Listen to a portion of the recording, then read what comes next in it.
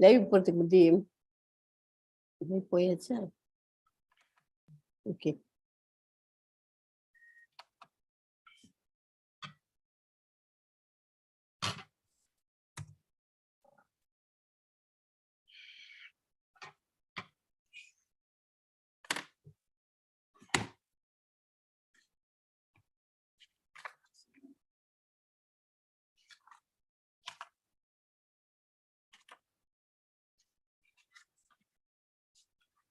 Hare Krishna, audio video clear இருக்கா?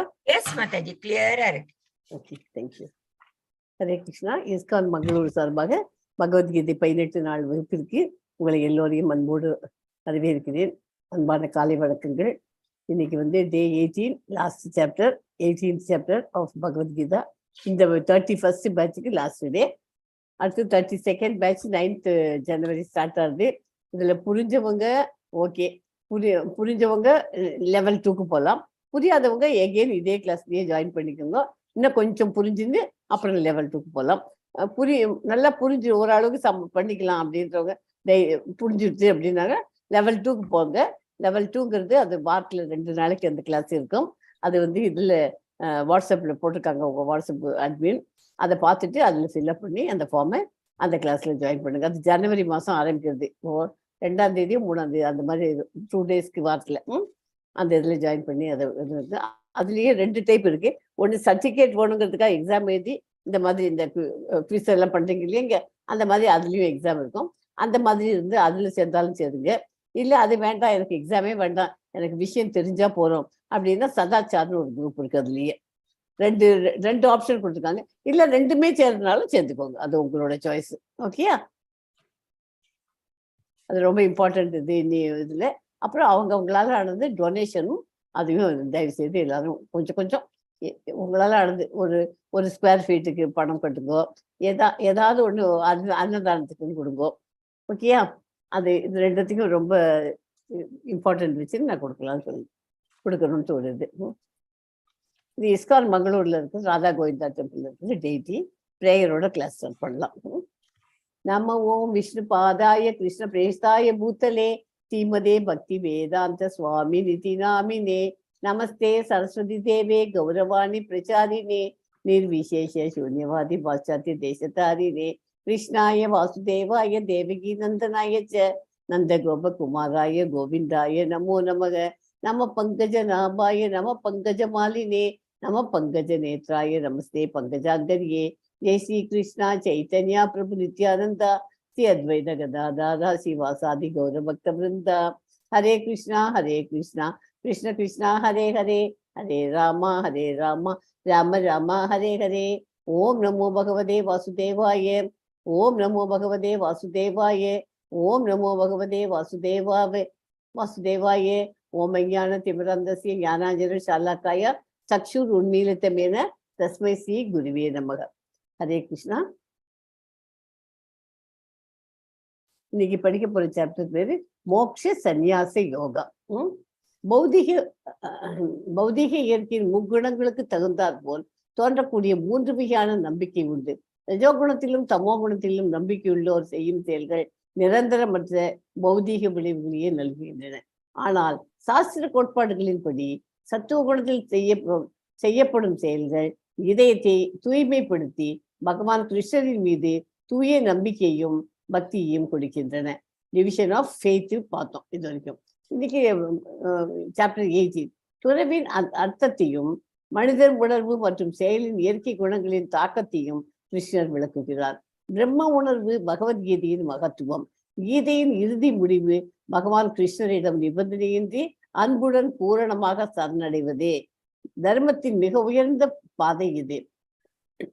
ஒருவனை எல்லா பாவங்களிலிருந்து விடுவித்து பூரண அறிவை நல்கி தமது உண்மை உலகிற்கு திரும்பி செல்ல உதவுகிறது. அப்படியெல்லாம் பற்றி ஆகியவற்றை விளக்குகிறார். உண்மையில் பகவத்கீதை 17 அத்தியாயங்களில் நிறைவு பெறுகிறது. 18ஆம் அத்தியாயம் இதற்கு முன் விவாதிக்கப்பட்ட விஷயங்களின் சுருக்கமான ஒரு பகுதியாகும். பகவத்கீதையின் ஒவ்வொரு அத்தியாயத்திலும் பரமபுருஷ பகவானுக்கு பக்தி தொண்டாற்றுவதே வாழ்வின் இறுதி நோக்கம் என்பதை பகவான் வலியுறுத்துகிறார்.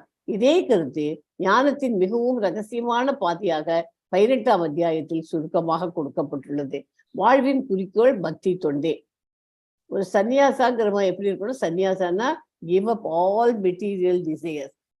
இந்த பௌதிக வாழ்க்கையில் இருக்கிற எல்லாத்தையும் திறந்துட்டு இருந்தாதான் சன்னியாசம். அதுக்கு charity, sacrifice, penance, great souls get purified. அப்படி இருந்தா தான் அவளுக்கு பியூரிஃபை ஆக முடியும். ஓகேயா? இந்த சாப்டர்ல பரிந்துரைக்கப்பட்ட கடமைகள் ஒருபோதும் பாவமான எதிர் விளைவுகளால் பாதிக்கப்படாததால் ஒருவன் தனது சொந்த வேலையை செய்வதன் மூலம் முழுமை அடைகிறான். இப்ப அர்ஜுனனுக்கு என்ன வேலை கொடுத்துருக்கார்? அர்ஜுனன் அவனுக்கு ஃபைட் பண்ணுறது தான் அவனோட இது. அதை பண்ணாம இருந்தா தான் அவனுக்கு தப்பு. அவனுக்கு கொடுத்த கடமையே அவன் பண்ணினாக்க அவனுக்கு அது பாவம் இல்லை. அது பேர் ஐயோ எல்லாரும் செத்து போறாளே, எல்லாரையும் கொல்றோமே நம்ம அப்படின்னு அவன் ஃபீல் பண்றான். அது கிடையாது, பாவம் இல்லைங்கிறத தெரியப்படுத்திட்டார் நமக்கு. கடமைகள் ஒருபோதும் பாவமான எதிர்விகளால் பாதிக்கப்படாததால் ஒருவர் தனது சொந்த வேலையை செய்வதன் மூலம் முழுமை அடைகிறார்.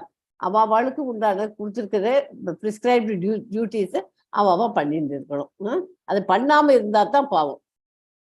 எதிர்பார்க்காமல் ஏதாவது ஒரு கடமையின் விஷயமாக இணைப்பை அல்லது முடிவை எதிர்பார்க்காமல் செயல்பட வேண்டும். அதுக்கு வரப்போற ரிசல்ட்டை நம்ம அனுபவிக்கணும். அதை நம்ம என்ன பண்ணணுங்கிறத நம்ம திங்க் பண்ண வேண்டாம். ஆஹா இன்னைக்கு போகிறோம் பரீட்சைக்கு, இன்னைக்கு பரீட்சையில் நம்ம நல்ல மார்க் வாங்கணும் அப்படின்னு பாஸ் பண்ணிட்டாக்க நம்ம என்ன பண்ணணும் அப்படின்னு நம்ம திங்க் பண்ணி மேலே போகக்கூடாது. பரீட்சை நல்லா எழுதணும், அது வரைக்கும் தான் நமக்கு. நம்மளை பாஸ் பண்ண வைக்கணுமா வேண்டாமாங்கிறது பகவானுக்கு தெரியும். இன்டர்வியூக்கு போகிறோம், இன்டர்வியூவில் நம்மளை செலக்ட் பண்ணுறாளா இல்லையாங்கிறது பகவான் தெரியும். நீ எப்படி இன்டர்வியூ பண்ணுறியோ அதுக்கு பொறுத்து தான் இருக்கும். நம்ம நினச்சிட்டு போம் நல்லா பண்ணியிருப்போன்ட்டு. ஆனால் நம்ம அங்கே உள்ளே போய் பார்த்தா தான் அவளுக்கு வேணுங்கிற பாயிண்ட் கிடைக்கலன்னா இன்டர்வியூவில் நம்மளை எப்படி செலக்ட் பண்ணுவா? அதனால எல்லாம் நன்மைக்கே நடக்கணும். கிடைச்சா சந்தோஷம், கிடைக்கலன்னா ஏதோ நம்மளோட இன்னும் மிஸ்டேக் நம்ம இன்னும் ரெக்டிஃபை பண்ணி இன்னும் முன்னேறதுக்கு வழி பார்க்கணும். அப்படின்னு நம்ம தான் நின்று பண்ணது தான் புத்திசாலித்தனம். ஓகேயா? சுய உணர்வின் மிக உயர்ந்த தளம் கிருஷ்ணருக்கு தூய பக்தி சேவை செய்வது. அதன்படி அர்ஜுனனை எப்போதும் அவனை சார்ந்து இருக்கவும், அவனுடைய பாதுகாப்பின் கீழ் வேலை செய்யவும், அவனை பற்றி விழிப்புடன் இருக்கவும் கிருஷ்ணர் அறிவுறுத்துகிறார். அர்ஜுனன் கிருஷ்ணருக்காக போராட மறுத்தால் போரிடுவது ஒரு சத்திரியனாக அவனது இயல்பு என்பதால் அவன் இன்னும் போருக்கு இழுக்கப்படுவான். ஆயினும் கூட அவர் என்ன செய்ய விரும்புகிறார் என்பதை தீர்மானிக்க அவருக்கு சுதந்திரம் கொடுத்திருக்கிறார். கிருஷ்ணரின் அருளால் அர்ஜுனனின் மாயையும் சந்தேகமும் மறைந்து கிருஷ்ணரின் அறிவுறுத்தலின்படி போராட தேர்வு செய்கிறான். ஓகே, இந்த இதுக்கு ஒரு ஷார்ட் இது கொடுத்துருக்கேன் உங்களுக்கு. 18ஆம் அத்தியாயத்துல கர்மம் மற்றும் ஞான யோகத்தின் சுருக்கம். முக்குணங்கள் செயல்படுபவர்களிலேயே பக்குவமானவர்கள் யாரு? பகவானுக்கு அன்பு, அப்புறம் இறுதி வலு. 5 இதுதான் பிரிச்சு கொடுத்துருக்காருல. பார்க்கலாம், ஒன்னொன்னா பார்க்கலாம். எஸ்மா 18.1 படிங்க. எஸ் மாதாஜி. அத்த ஓம் ஸ்ரீ பரமாத்மனே நமः. அத்த 18 மோக்ஷ சந்நியாச யோகः. அர்ஜுன உவாச்ச சந்நியாசஸ்ய மகாபாஹோ தத்தம் இச்சாமி வேதித்தும் தியாகஸ்ய ச ரிஷிகேஷ பிருதகேஷி நிஷூதன. அர்ஜுனன் கூறினான், பலம் பொருந்திய புயங்களை உடையவரே, தியாகம் மற்றும் சந்நியாசத்தின் நோக்கத்தை புரிந்து கொள்ள நான் விரும்புகிறேன். ஏசி அசுரனை கொன்றவரே, புலன்களின் அதிபதியே அப்படின்னு சொல்ற. எப்போதும் நமக்கு உதவி புரிய புலன்களின் அதிபதியான கிருஷ்ணரே ரிஷிகேஷர். அர்ஜுனன் இன்னும் சில ஐயங்கள் உள்ளன. அர்ஜுனனிடம் இன்னும் சில ஐயங்கள் உள்ளன. ஐயங்கள் எப்போதும் அசுரர்களுக்கு ஒப்பிடப்படுகின்றன. நமக்கு எப்போதுமே ஒரு காரியத்தை எடுத்தோம்னு வச்சுக்கலாம், அல்ல சந்தேகம்னு இருந்துன்னு வச்சுக்கோ, அந்த காரியம் உருப்படாது. எப்போ பார்த்தாலும் சந்தேகம், டவுட்ஃபுல்லாகவே இருக்கணும். ஒருத்தட்ட ஒரு காரியம் கொடுத்துட்டா இந்த காரியம் அவள் பண்ணுவாளா பண்ண மாட்டாளா, இரும்பாளா நம்ம உட்காந்து அனாவசியமா உட்காந்து பண்ணியிருந்தா அதெல்லாம் அசுர குணங்களுடைய குணங்கள்னு சொல்றார் பகவான். எனவே அர்ஜுனன் கிருஷ்ணரை கேசி நிஷூதன என்று அழைக்கிறான். எதுக்கு அவர் போய் கேசி நிஷூதனன்னு சொல்றான்? மிகவும் பலம் வாய்ந்த அசுரனான கேசி கிருஷ்ணரால் கொல்லப்பட்டவன். தற்போது ஐயம் என்னும் அசுரனை கிருஷ்ணர் அழிப்பார் என்று அர்ஜுனன் எதிர்பார்க்கிறான். ஓகே, இந்த ஸ்லோகம் ரொம்ப இம்பார்ட்டன்ட். அவனுக்கு சந்தேகம் இருக்கு. என்ன சந்தேகம்? இந்த போர் புரியறதை பத்தி. அந்த மாதிரி ஐயம் வந்து அசுரர்களுக்கு இருக்கு அப்படிங்கிறது ஒப்பிடப்படுகின்றன. எனவே அர்ஜுனன் கிருஷ்ணனை கேசி நிஷுத்தன் என்று அழைக்கிறார். புரியுதா? லாஸ்ட்ல இந்த ஸ்லோகத்துல பிருதக்கு கேசி நிஷுத்தன அப்படின்னு வருது, நிஷுதனக அப்படின்னு வருது இல்லையா? கேசி நிஷுதன்னா அவன் கேசிங்கிற அரக்கனை கொல்லப்பட்டார். அது அசுரனை கொன்றதுனால அவருக்கு பேர் கேசி நிஷுதன். அரக்கனையே நீ கொண்டு இருக்க, எனக்கு இருக்கிற இது ஐயங்கள் எல்லாம் நீ போக்க வேண்டியது, அந்த அசுரனை நீ எடுத்துரும் அப்படின்னு கேட்டுக்கிறான்.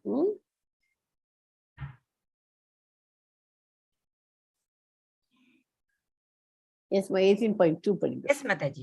Shri Bhagavanuvāca kāmyānam karmanam nyāsam sannyāsam kavayo viduhu sarva karma phalathyāgam prāhustyāgam vichakshanaha.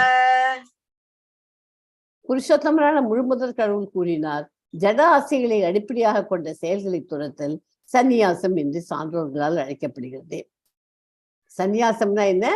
ஜட ஆசைகளை அடிப்படையாக கொண்ட செயல்களை துறக்கணும், ஓகேயா, என்று அழைக்கப்படுகிறது. மேலும் எல்லா செயல்களின் பலன்களை துறப்பதை தியாகம் என்று அறிஞர்கள் அழைக்கிறார். சந்நியாசத்துக்கும் தியாகத்துக்கும் என்ன வித்தியாசம்? சந்நியாசம்னா என்ன? மெட்டீரியல் வேர்ல்ட்ல இருக்கிற எல்லா செயல்களையும் துறக்கிறது பேர் தான் சந்நியாசம். தியாகம்னாக்க என்ன? செயல்களின் பலன்களை துறப்பதை தியாகம். செயல்களுக்கு பலன்களை நம்ம எதிர்பார்க்காம விட்டுவிட்டோம், அதையும் துறக்கிறது தான் தியாகம் என்று அறிஞர்கள் அழைக்கிறார்கள். புரிஞ்சுதா? சன்னியாசம்னா என்ன, தியாகம்னா என்ன? பலன்களை எதிர்பார்த்து செய்யப்படும் செயல்கள் கைவிடப்பட வேண்டும். இதுவே பகவத்கீதையின் உபதேசம். முன்னேறிய ஆன்மீக ஞானத்திற்கு வழிகாட்டக்கூடிய செயல்களை துறக்கக்கூடாது. எல்லா செயல்களையும் துறக்கணும்னு சொல்றோம் இல்லையா? தியாகம்னாக்க பலன்களை எல்லாம் எதிர்பார்க்கணும். ஆனா ஆன்மீகத்துல நம்ம முன்னேறதுக்கு அது துறக்கணும்னு சொல்லலைங்க. எல்லாம் மெட்டீரியல் வேர்ல்டு மட்டும்தான். எல்லா விதமான பலன் நோக்கு செயல்களையும் தோஷமாக எண்ணி அவற்றை துறக்க வேண்டும் என்று சில அறிஞர்கள் அறிவிக்கிறார்கள். இருப்பினும் யாகம், தானம் மற்றும் தவத்தின் செயல்களை என்றுமே கைவிடக்கூடாது என்று சில சாதுக்கள் கூறுகிறார்கள். 18.5 படிங்க. Yes, Mataji. Yajna tapa karma na tyajam karyam eva tat yajno danam tapashaiva pavanani manikshinaam. யாகம், தானம் மற்றும் தவத்தின் செயல்களை என்றுமே துறக்கக்கூடாது. அவற்றை செய்ய வேண்டியது அவசியம். உண்மையில் யாகம், தானம், தவம் ஆகியவை மிகச்சிறந்த ஆத்மாக்களையும் கூட தூய்மைப்படுத்துகின்றன. நம்ம படிச்சிருக்கோம் யாகம்னா என்ன, தானம்னா என்ன, தவம்னா எல்லாம் நல்லா டீட்டெயிலா படிச்சாச்சு. யாகம்னா என்ன யாகம்? இந்த கலியுகத்துக்கு ஏற்ற யாகம் எது? மற்ற யுகத்துல எல்லாம் ஒன்னொன்னு எக்ஸ்பென்சிவ் யாகங்கள்லாம் பண்ணிட்டு இருந்தா இந்த கலியுகத்துல எந்த மாதிரி யாகம் பண்ண சொல்லி கொடுத்துருக்கேன். சாண்டிங் மகா மந்த்ரா. அதுதான் இந்த கலியுகத்துக்கு நமக்கு ஈஸியஸ்ட் வே. 16 ரவுண்டு எல்லாரும் 18 கிளாஸ் முடிஞ்சாச்சு. எல்லாரும் ஆரம்பிச்சிருப்பேன்னு நான் எதிர்பார்க்கிறேன். ஆரம்பிக்கலைன்னா எல்லாரும் கிடு ஒரு மாசத்துக்குள்ள அதை ப்ராக்டிஸ் பண்ணிவிடுங்க. பண்ணிட்டு 16 ரவுண்டு சேன் பண்ணி அதை ஒரு மாசம் கழிச்சு எனக்கு ரிசல்ட்டை சொல்லுங்க. உங்களுக்கு எப்படி இருக்கு, நீங்க எப்படி ஃபீல் பண்றீங்க அப்படிங்கிறத சொல்லுங்க. உங்களுக்கு இருக்கிற கோபம், தாபம் எல்லாம் ஓடி போயிடும். எல்லாமே உங்களோட இதுவே கம்ப்ளீட்டா லைஃப் ஸ்டைல மாறி போயிடும். ஓகேயா? அதனால அது மனசு ஆனால் சின்சியரா பண்ணுங்க. ஏனோ தானே ஏதோ சொல்லியிருக்காங்களே வாய் மட்டும் சொல்லிட்டு மனசெல்லாம் எங்கேயோ திங்க் பண்ணு. பகவானை நினைச்சிட்டு சின்சியரா பண்ணுங்க. அதனால அந்த மாதிரி யாகம் பண்ணுங்க. தானம், சிறந்த தானம் என்ன தானம்? மற்றவர்களுக்கு அவங்க கொடுக்குற தானத்திலேயே சிறந்தது எப்படின்னா அன்னதானம் கொடுக்கறது விசேஷம். அப்புறமா கோயிலுக்கு பூக்களுக்கு அர்ச்சனைக்கு பண்றதுக்கு பூ மாலையெல்லாம் வாங்கி கொடுக்கலாம். அந்த இதெல்லாம் கோயிலில் போனால் நம்மளாம் ஆரத்தி காமிச்ச உடனே எதுக்காக அந்த ₹1 ₹2 போடுறோம், நமக்கு இந்த காயின் எல்லாம் போடுறோம். அதெல்லாம் பகவான்கிட்ட இல்லைன்னா போடுறோம். நம்மளுடைய டோக்கன் ஆஃப் அஃபெக்ஷன் பகவானுக்கு இருக்கு இல்லையா? எனக்கு இது பண்ணி கொடு, அதை பண்ணி கொடுன்னு காசு போடுறதுல அர்த்தம் இல்லை. அவருக்கு தெரியும் எப்போ போய் என்னென்ன போடணும். ஆனால் நமக்கு நம்ம போடணும். நம்மளுடைய வருமானத்துலேருந்து ஓரளவுக்கு பகவானுக்குன்னு வைக்கணும். ₹100 நமக்கு வந்ததுன்னா ₹10 பகவானுக்கு, அப்படி ₹10 இல்லாட்டாலும் ₹5 பகவானுக்கு அப்படின்னு நம்ம வைக்கணும். ஓகேயா? அதுதான் தானம். தவமும் நம்மளுக்கு முடிஞ்ச தவத்தை எல்லாரும் அந்த மாதிரி கஷ்டமான தவத்தை பண்ண சொல்லலை. அந்த காலத்துல இந்த யோகாலாம் பண்றாள், தலையை பூமிக்கு அடிக்குள்ள வச்சு இது பண்ணி காமிச்சு இல்லையா, அந்த மாதிரி தவம் பண்ண சொல்லல. அதெல்லாம் பண்ணா நல்லதுதான், தப்பு இல்லை, உடம்புக்கு ஹெல்த்துக்கு நல்லது, மெட்டீரியல் வேலுக்கு நல்லது. ஆனா ஆன்மீகத்துக்கு பண்ண வேண்டிய தவம் சாந்திங் த மகா மந்திரா உட்கார்ந்துட்டு படிக்கணும், பாகவதம் ஸ்மரணம், அந்த நவவித பக்திகள்லாம் படிச்சுக்கோம்னா அதெல்லாம் பார்த்து இதெல்லாம் சின்சியரிட்டா நம்ம சின்சியரா பண்ணிட்டு வர்றதுதான் தவம். ஸோ யாகம் தானம் தவம் ஆகியவை மிக சிறந்த ஆத்மாக்களையும் ரொம்ப சிறந்த ஆத்மாவா இருந்தா கூட அந்த ஆத்மாவையும் தூய்மையாக்கிக்கிறது, இன்னும் தூய்மையாக்கி கொடுக்கும். அதை ஒரு டிவோட் நம்ம வந்து இப்போ அது ஸ்பிரிச்சுவல் வேர்ல்டு டிவோட்டியா இருந்தது பியூர் டிவோட்டி, சத்துவத்துல போறதை விட சுத்த சத்துவம் போறது எப்படி, அது மாதிரி பியூர் டிவோட்டி ஆகணும்னாக்க இது எல்லாத்தையும் நம்ம இருக்கணும். அதனால யாகம் தானம் மற்றும் தவத்தின் செயல்களை தொடக்கக்கூடாது. புரியுதா? அதை கொஞ்சம் ஞாபகம் வச்சுட்டு அதை மாதிரி பண்ண நம்ம பிராக்டிஸ் பண்ணணும். அதாவது தகுதியானவர்களுக்கு தானம் கொடுத்தால் அது ஒருவனை ஆன்மீக வாழ்வில் முன்னேற்றம் அடைய செய்யும். டிசர்விங் பீப்புளுக்கு கொடுக்கணும். ஒருத்தன் வீட்ஸ், நேற்றுக்கு ஒரு படம் போட்டுக்க, ஹெல்ப் மீ ஃபார் வீட்ஸ் அப்படின்னு போட்டுக்கணும். சிகரெட் குடிக்கணும், குடி குடிக்கணும், அவன்கிட்ட கையில காசு இல்லை, வீட்டுல அப்பா அம்மா தரமாட்டேங்கிறார், அதுக்காக ரோட்ல உட்காந்து ஒரு போர்டை போட்டு உட்காந்து கேட்கிறான். அதுலயும் சில பேர் கொடுத்துருக்கா. அதெல்லாம் என்கரேஜ் பண்றது பாவங்கள், நமக்கு தான் பாவங்கள். ஏற்கனவே நம்ம மனுஷ பிறவியே எடுக்காம கிருஷ்ணர்கிட்ட போகணும்னு வேண்டியிருக்கோம். இதுல இன்னும் பாவம் பண்ணா நம்ம அடுத்த ஜென்மம் மனுஷ பிறவியா எடுப்போமா, லோயர் பிளானஸ்ல கீழ் உலகத்துல போய் மிருகங்களுக்கு நடுப்புற போய் பிறக்க போறோமா, என்ன பண்ண போறோம்னு தெரியாது. அதனால நம்ம முடிஞ்ச வரைக்கும் கொடுக்கற தானங்களோ டிசர்விங் பீப்புளுக்கு கொடுங்க. ஓகே, டெம்பிள் கன்ஸ்ட்ரக்ஷனுக்கு கொடுக்குங்க, தாராளமா கொடுங்க. நீங்க அந்த மாதிரி உபயோகமா இதெல்லாம் இதெல்லாம் ஒரு கேட்கும். கிரகணம் பிடிக்கிறதுன்னு சொல்லிட்டு இதெல்லாம் போறோம் இல்லையா, சமுத்திர கரையில போய் உட்காந்துட்டு அங்கே எல்லாம் அந்த கோயிலில் இருக்கிறது பார்த்து எல்லாம் கொடுக்குறோம். அங்கே கொடுக்கறது செய்யும். அங்கே யாருக்கெல்லாம் நாங்கள் இருக்கிற ஏழைகளாக இருக்கணும், அவள் வந்து நீங்கள் கொடுக்கறத சில பேர் என்ன பண்ணுவா, நீங்கள் கொடுத்தேன்னாக்க அதை வியாபாரம் பண்ணிட்டு போயிடுவா, அந்த காசு எடுத்துட்டு போயிடுவா. அந்த மாதிரி பண்ணுறதுல நீங்கள் கொடுக்கறத அவள் உபயோகப்படுத்தணும். அந்த மாதிரி இருக்கிறவர்களுக்கு பார்த்து நமக்கு தானம் கொடுக்கும். தகுதியானவர்களுக்கு அந்த தானத்தை வழங்கணும் எல்லா விதத்துலையுமே. என்ன பணம் மாத்திரம் இல்லை, ஓகே, அதை கொடுக்கணும் தான். இந்த யாகம் தானம் மற்றும் தவத்தின் செயல்களை எதுவுமே தொடக்கக்கூடாது, அவற்றை செய்ய வேண்டியது அவசியம். தகுதியானவர்களுக்கு தானம் கொடுத்தால் அது ஒருவனை ஆன்மீக வாழ்வில் முன்னேற்றம் அடைய செய்யும். அது ஆன்மீக வாழ்வில் கண்டிப்பா அவன் முன்னேற முடியும். எஸ் 6 படிங்க, 18.6. एतान्यपि तु कर्माणि सङ्गं त्यक्त्वा फलानि च कर्तव्यानीति मे पार्थ निश्चितं मतम् उत्तमम्. இத்தகைய செயல்கள், அதாவது யாகம் தானம் தவம் மற்றும் தவம் அனைத்தும் பற்றுதல் இன்றி எந்த பலனையும் எதிர்பார்க்காமல் செய்யப்பட வேண்டும். இவற்றை ஒரு கடமையாக செய்ய வேண்டும். விருதாவின் மைந்தனே, இதுவே எனது முடிவான அபிப்பிராயம். எல்லா யாகங்களும் தூய்மைப்படுத்துபவை. ஒருவனது வாழ்வை தூய்மைப்படுத்தி அவனை ஆன்மீக தளத்தில் உயர்த்தக்கூடிய யாகங்கள் நிறுத்தப்படக்கூடாது. இறைவனுக்கு பக்தி தொண்டு ஆற்றுவதில் தனக்கு உதவி செய்யக்கூடிய எந்த ஒரு யாகம் தானம் அல்லது செயலும் ஏற்றுக்கொள்ள வேண்டும். நமக்கு எது நமக்கு நம்மளுடைய ஆன்மீக நாட்டத்துல நமக்கு ஆன்மீக அறிவுல முன்னேறத்துக்கு எதெல்லாம் எந்த மாதிரி இதெல்லாம் உபயோகமா இருக்குமோ அதுக்கு உதவி செய்யக்கூடிய எந்த ஒரு யாகமும் தானம் செயலை அதை ஏற்றுக்கணும் நம்ம மனசார. Okay, so 3 kinds of knowledge based on the modes of materials. பௌதிக உலகத்துக்கு 3 குணங்களுக்கு ஏற்ற மாதிரி. சத்துவ குணத்துல எல்லாம் என்ன பண்ணுவா, அவ வந்து is seen in all existence, undivided in the divided in the knowledge in the mode of goodness. இந்த அறிவு வந்து ஆன்மீகத்துல அவளுக்கு இஸ் சீன் இன், அது இருக்கிறவா எல்லாருக்கிட்டுமே இதை பார்க்க முடியும், மோட் ஆஃப் குட்னஸ். அதே மாதிரி different type of living entity is seen to be dwelling in different bodies is known as mode of passion, அதுவும் பார்க்க முடியும். அப்புறம் மூணாவது, by one is attach to one kind of work as the all in all without knowledge of the truth and which is very meager, அவ வந்து mode of darkness. சத்துவகுணம், ரஜோகுணம், தமோகுணம். ஓகே, அது இங்கிலீஷ்ல இருக்குது. அதே மாதிரிதான் ஈகோன்னா என்ன, நம்ம கிட்ட இருக்கிற அகங்காரத்தை எடுத்துடணும். அதுவும் எப்படி சத்துவகுணத்துக்காரர்களுக்கெல்லாம் அகங்காரம் இருக்காது, இவாளுக்கு கொஞ்சம் கொஞ்சம் இருக்கும். இவ வந்து ஆக்ஷன் பெர்ஃபார்ம் பண்ணுவா, கிரேட் எஃபோர்டோட பண்ணுவா. அதுல வந்து but they want publicity, false ego அவளுக்கு அவசியமா இருக்கும். மோட் ஆஃப் பேஷன்ல. அடுத்து மோட் ஆஃப் இக்னரன்ஸ் தமோ குணத்துக்கு. அவள் அது இதுவும் பண்ண மாட்டா, எதையுமே ஆக்ஷனையும் எல்லாமே அவளோட உலகமே தனி உலகத்துல இருப்பாள். ஸோ இந்த மூணுத்துலேயும் எவ்வளோ டிஃப்ரென்ஸ் பாருங்க சத்துவ குணத்துக்கும் இருக்கும். அவள் சத்துவ குணத்துக்காரெல்லாம் எல்லாரையும் சம நோக்கில் பார்ப்பா, வித்தவுட் லவ் ஆர் ஹேட். அதுக்கு அவளுக்கு கிடையவே கிடையாது. எல்லாமே எல்லா இதயத்திலையும் ஆத்மாவும் பரமாத்மாவும் இருக்காருங்கிறத அவள்லாம் நல்லா புரிஞ்சுட்டவா.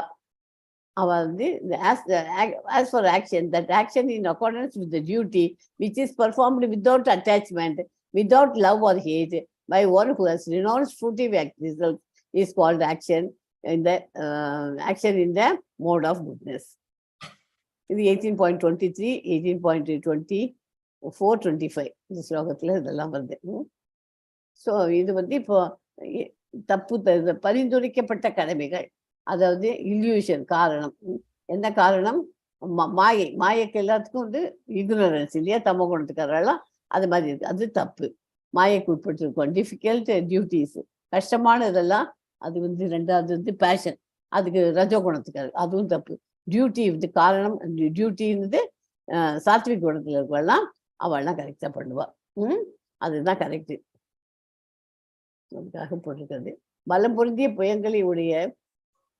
புயங்களுடைய அர்ஜுனா, செயல்கள் அனைத்தும் நிறைவேற்றுவதற்கு வேதாந்தத்தின்படி 5 காரணங்கள் உள்ளன. அவற்றை தற்போது என்னிடமிருந்து அறிந்து கொள். என்னென்ன 5 காரணங்கள்? என்னென்ன? செயலுக்கான இடம், உடல், செய்பவன், பல்வேறு புலன்கள், பலதரப்பட்ட முயற்சிகள், இறுதியாக பரமாத்மா. இவையே செயலுக்கான 5 காரணங்களாகும். இது நம்ம படிச்சுட்டோம் இல்லையா? அதே தான் செயலுக்கான சேத்திரங்க எல்லாம் படிச்சோமே. 5 காரணங்களும் அதை மறுபடியும் எக்ஸ்பிளைன் பண்ணியிருக்கிறதுல.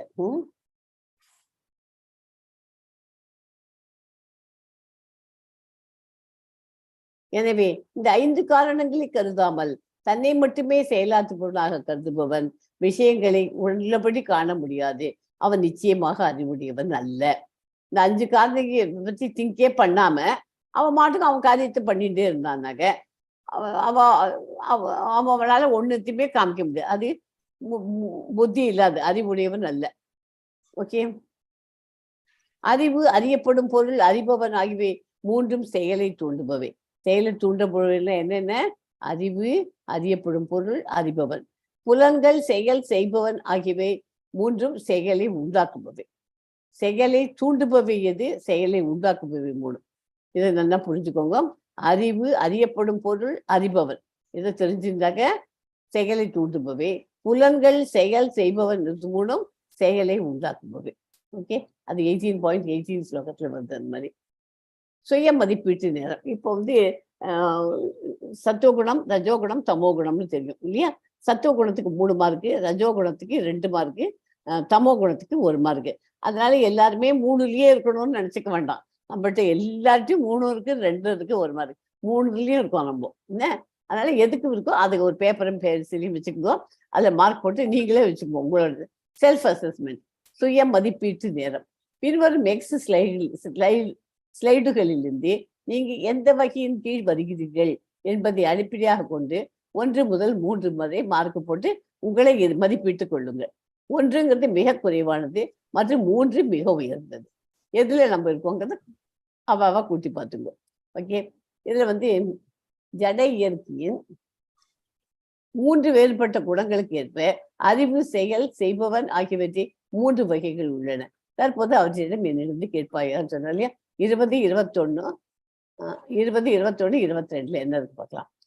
அதாவது சத்துவகுணம், ரஜோகுணம், தமோகுணத்துக்கு உயிர்வாழிகள் எண்ணற்ற உருவமாக பிரிக்கப்பட்டிருந்தாலும் அவர்களை பிரிக்கப்படாத ஆன்மீக இயற்கையாக எந்த அறிவின் மூலம் ஒருவன் காண்கின்றானோ அந்த அறிவு சத்துவகுணத்தில் இருக்கும் அறிவாகும். இது நமக்கு இருந்ததுனாக்கா 3 மார்க் போட்டுக்குவோம். எந்த அறிவின் மூலம் வெவ்வேறு உடல்களில் வெவ்வேறு விதமான உயிர்வாழிகள் இருப்பதாக ஒருவன் காண்கின்றானோ அந்த அறிவு ரஜோகுணத்தில் இருப்பதாக புரிந்து கொள்ளப்பட வேண்டும். அந்த மாதிரி அறிவு தான் உங்களுக்கு இருக்குன்னா நம்ம அதை போட்டுக்கலாம்.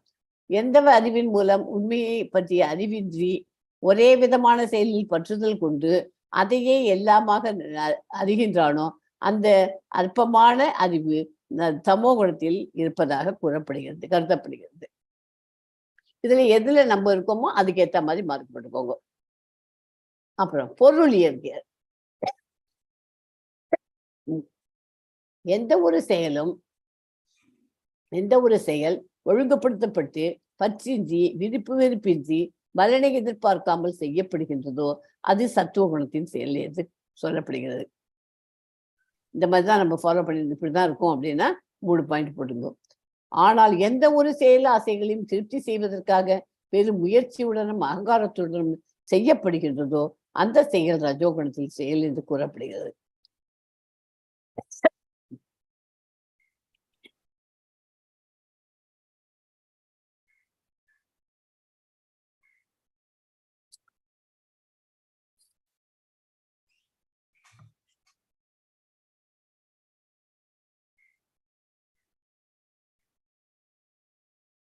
எந்த ஒரு செயல் எதிர்கால பந்தத்தையும் மற்றவர்களுக்கு இழைக்கப்படும் துன்பத்தையும் கருத்தில் கொள்ளாமல் சாஸ்திர விதிகளை புறக்கணித்து மயக்கத்தில் செய்யப்படுகிறதோ அந்த செயல் தமோகுணத்தின் செயலாக கருதப்படுகிறது.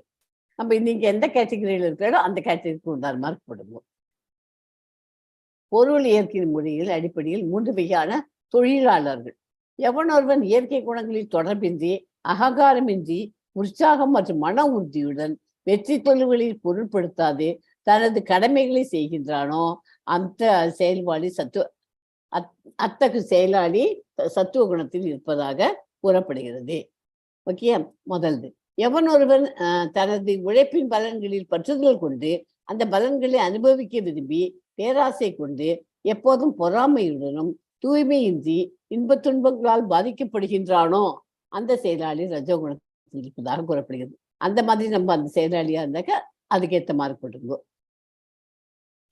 எவன் ஒருவன் சாஸ்திர விதிகளுக்கு எதிரான செயலில் எப்போதும் ஈடுபட்டு பௌதிகவாதியாக பிடிவாதக்காரனாக ஏமாற்றுபவனாக பிறரை அவமதிப்பில் நிபுணனாக சோம்பேறியாக எப்போதும் வருத்தம் தோய்ந்தவனாக மற்றும் காலந்தாழ்ந்தவனாக உள்ளானோ அத்தகைய செயலாளி தமோ குணத்தில் இருப்பதாக கூறப்படுகிறது.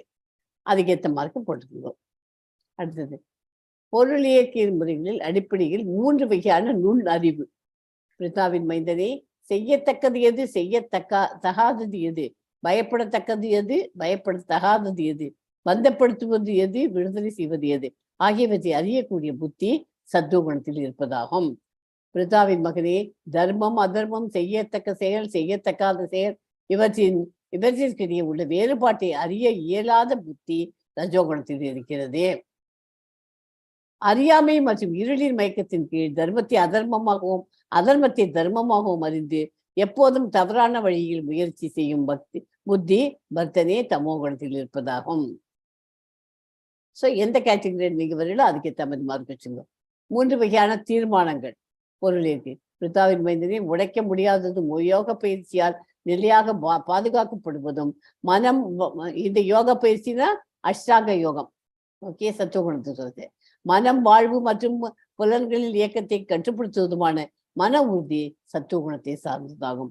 இது எந்த மன உறுதியின் மூலம் ஒருவன் அறம்பொருள் இன்பம் பலன்களின் மீது பற்றுதல் கொண்டுள்ளானோ அர்ஜுனா அத்தகு மன உறுதி ரஜோகுணத்தை சார்ந்தது. பிதாவின் மைந்தனே, கனவு, பயம், கவலை, வருத்தம் தோய்ந்த சூழ்நிலை, மயக்கம் ஆகியவற்றிற்கு அப்பாற்பட்டு செல்ல இயலாத அறிவற்ற மன உறுதி தமோ குணத்தில் இருப்பதாகும். அடுத்தது மகிழ்ச்சி. பொருள் இயற்கையின் அடிப்படையில் 3 வகையான மகிழ்ச்சி. ஆரம்பத்தில் விஷத்தை போன்று இருந்தாலும் இறுதியில் அமிர்தத்தை போன்றது. எதே சத்துவகுணம். விஷத்தை போல இருக்கும். எக்ஸாம்பிள் என்ன சொல்லலாம்? பாகக்காய். நான் உங்களுக்கு சொல்லியிருப்பேன்னு நினைக்கிறேன், இல்லாட்டா இப்போ சொல்லிடுறேன். பாகக்காயை சாப்பிட்டாக்க முதல்ல சக்கரை மாதிரி தான் இருக்கும், கஷ்டம்தான் அது. ஆனால் அதை சாப்பிட்ட உடனே என்ன இருக்குது, கடைசியில் அது அவ்வளோ உடம்புக்கு நல்லது. ஒரு நாளைக்கு இன்சுலின் போட்டுக்கிறா இல்லையா, அந்த இன்சுலின் கூட போட்டுக்க வேண்டாம். ஒரு பாகக்காய் தின்னுட்டாக்க இன்சுலினுக்கு ஈக்குவலாக அது நமக்கு அத்தனை மெடிசின் வேல்யூ அது இருக்குது. அதனால கடைசியில் அமிர்தத்தை கொடுக்குற மாதிரி இருக்கு இல்லையா. முதல்ல கஷ்டம்தான், விஷம் இதுங்கிற மாதிரி கசப்பை முழுங்கணும். அதை முழுங்கினாக்கா நமக்கு அப்புறம் கடைசியில் அமிர்தம் குடிக்கிற மாதிரி இருக்கும். இதுல 2வதுல எப்படி, அப்போ சாப்பிட்றச்சே முதல்ல அமிர்தம் மாதிரி இருக்கும், ஆனா இறுதியில விஷமாயிருது. ஸ்வீட்ஸ் எல்லாம் சாப்பிடுவோம். டயபெட்டிக் பேஷண்ட்ஸ் ஸ்வீட் சாப்பிடக்கூடாதுங்கிற. அவன் ரொம்ப ஆசைப்பட்டு வாய்க்கு ரொம்ப அமிர்தமா இருக்கு அப்படின்ட்டு உட்காந்து ஸ்வீட்ஸ் எல்லாம், மைசூர் பாகு, லட்டு எல்லாத்தையும் உட்காந்து விழுந்து சாப்பிட்டுக்கிறா. அப்புறமா அதுக்கு அப்புறம் ரிசல்ட் என்ன ஆகுது, டெஸ்ட் பண்ணி பார்த்தா எக்கச்சக்கமாக சுகர் லெவலுக்கு 400 வரைக்கும் போயிடுது, இன்சுலின் போட்டுக்கோங்கிறான் டாக்டர். அப்போ பார்த்தா கடைசியில் அது இறுதியில் விஷமாயிடுது இல்லையா?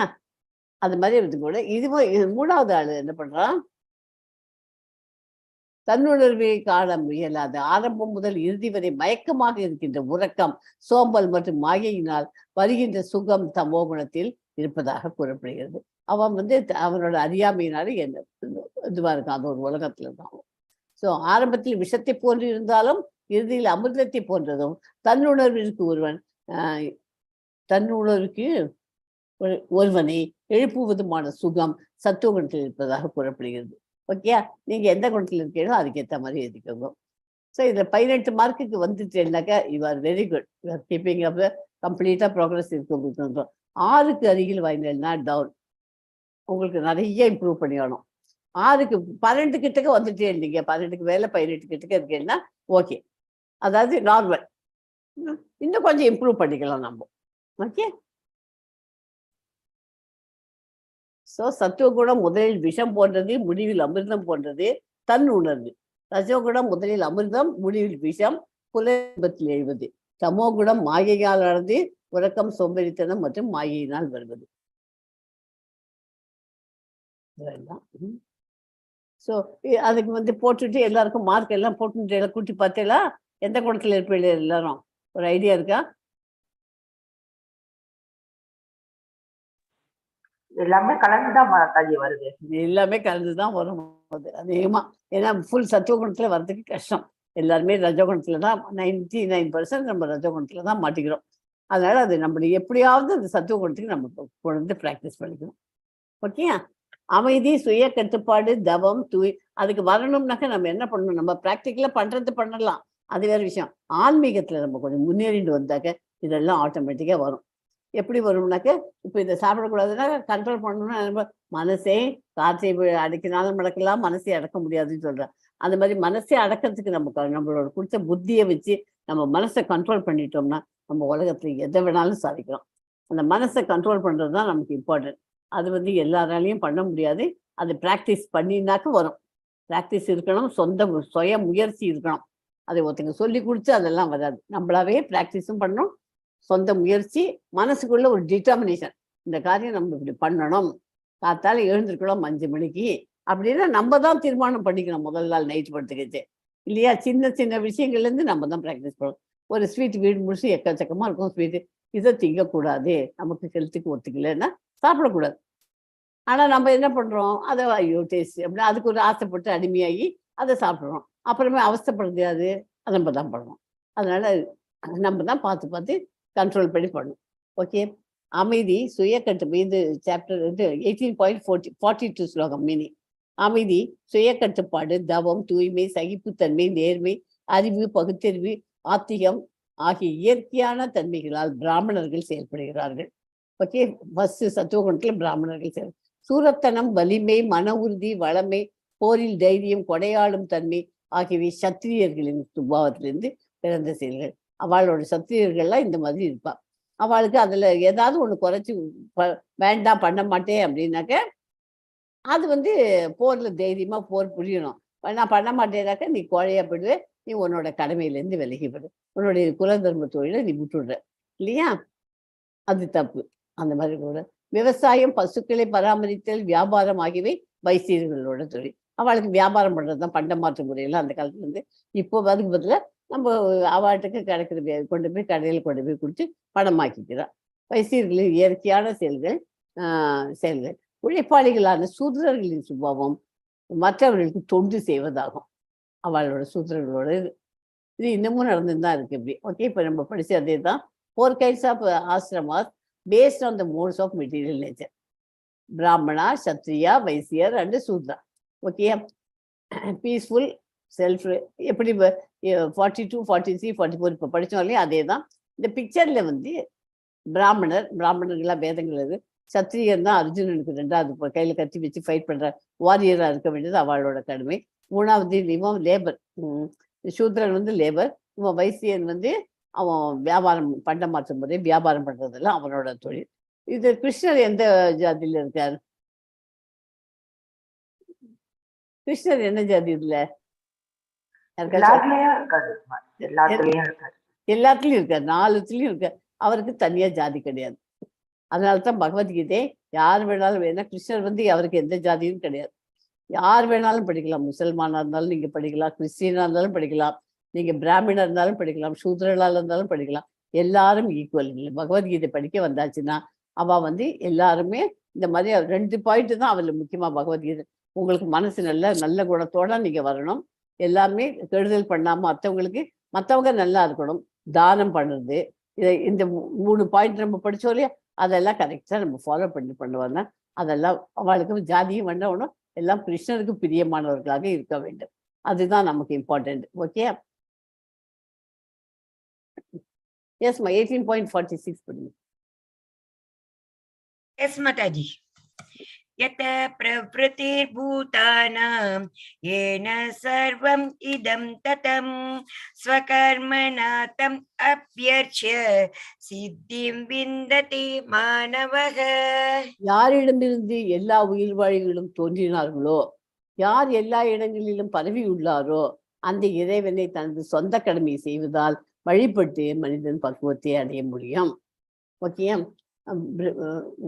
பிரித்தாவின் மைந்தனே, உடைக்க முடியாததும் யோக பயிற்சியில் நிலையாக பாதுகாக்கப்படுவதும் மனம், வாழ்வு மற்றும் புலன்களின் இயக்கத்தை கட்டுப்படுத்துவதுமான மன உறுதி சத்துவ குணத்தை சார்ந்ததாகும். உயர் வழிகள் எண்ணற்ற உருவமாக பிரிக்கப்பட்டிருந்தாலும் அவர்களை பிரிக்கப்படாத ஆன்மீக இயற்கையாக எந்த அறிவின் மூலம் ஒருவர் காண்கிறானோ அந்த அறிவு சத்துவ குணத்தில் இருக்கும் அறிவாகும். 18.47 Yes, Mataji. Shreyan swadharmo vigunaha paradharmat swa anushtitat swabhavaniyatam karma kurvannapnoti kilbisham. 46க்கு இன்னும் கொஞ்சம் அதை பற்றி விவரமா சொல்றேன். எல்லா உயிர்வாழிகளும் பரமபுருஷனின் மிகச்சிறந்த சிறிய அம்சங்கள். எல்லா உயிர்வாழ்களின் ஆரம்பமும் பரமபுருஷனே.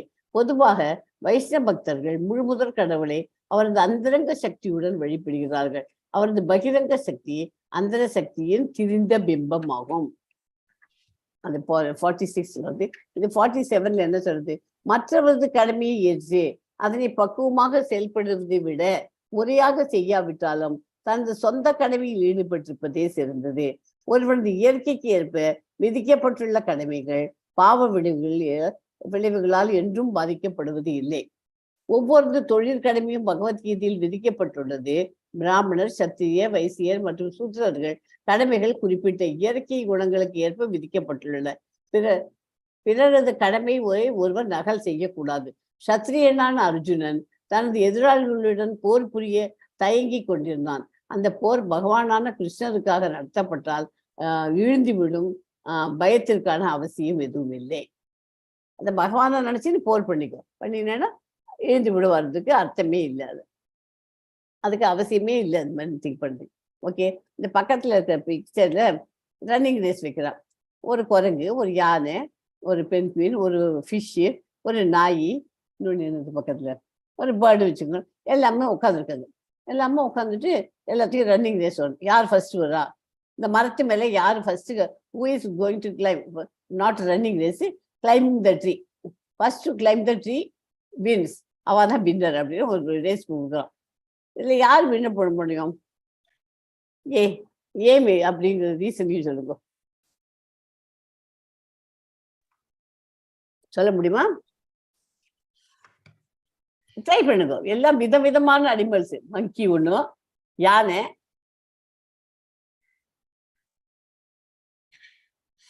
ட்ரை பண்றீங்களா யாராவது? யாராலையும் மரத்துல ஏற முடியாது இல்லையா? ஆமா ஆமா, சரி சரி, அது பாசிபிலிட்டிஸே கிடையாது உங்களுக்கு. பாசிபிள். ஓகே, குரங்கு இப்ப ஃபிஷ் அந்த தண்ணிக்குள்ள இருந்தாதான் அது உயிரோடய இருக்க முடியும். அது ஃபிஷ் அதுல இருந்து இல்ல, ஒவ்வொரு அனிமலோட நேச்சர் வேற வேற. அதனால அவங்களுக்கு விதிக்கப்பட்ட கடமைகளை செய்ய சொல்றாரு இல்லையா? அந்த மாதிரி இந்த மங்கியோட இது அதுக்கு மரத்து மேல ஏற முடியும், கிளைம் பண்ண முடியும் ஈஸியா. யானையெல்லாம் ஏற முடியுமா? யானைக்கு புத்தி ஜாஸ்தி, ஞாபக சக்தி ஜாஸ்தி, எல்லா அந்த மாதிரி எல்லாம் ஜாஸ்தி. கோயில் எல்லாம் வச்சு விதுங்கலாம். அது யானை ரொம்ப ஃபெய்த்ஃபுல் இதுதான் அது. அது அது அவ்வாளுக்கு உண்டான கடமைகள் தான் அதை பண்ண முடியும் இல்லையா? அதுக்கு பதிலாக இந்த யானையை போய் மரத்து மேலே ஏறினா மரம் தான் கீழே விழுந்துடும். அதே மாதிரி எதெல்லாம் ஏற முடியாது அதனால இப்போ குரங்குக்கு தான் இந்த கிளைம் பண்ண முடியும். அதுதான் ஃபர்ஸ்ட் பிளேஸ் வாங்க முடியும். மற்றவங்களாம் ஆசைப்படுறதுனாக்க தப்பு. ஆசைப்படுறதுல முதல்ல ஆசைப்படுறதே தப்பு. ஆசைப்பட்டாலும் அவங்க ஜெயிக்க முடியாது. அதனால நமக்கு கொடுத்துருக்கிறத அதை பக்குவமா அதை செய்யணும். ஓகேயா? மற்றவங்கள நகல் செய்யக்கூடாது. அந்த மாதிரி தான் பண்ணணும், இந்த மாதிரி தான் பண்ணணும்னு நினைச்சக்கூடாது. 54 படிக்கும்.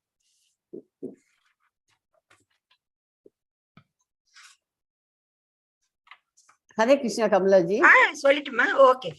பிரம்மபூத பிரசன்னாத்மா ந சோச்சதி ந காங்க்ஷதி சம சர்வேஷு பூதேஷு மத்பக்திம் லபதே பராம். இவ்வாறு தெய்வீகமாக நிலை பெற்றவன் உடனடியாக பரபிரம்மனை உணர்ந்து இன்பம் நிறைந்தவனாகிறான்.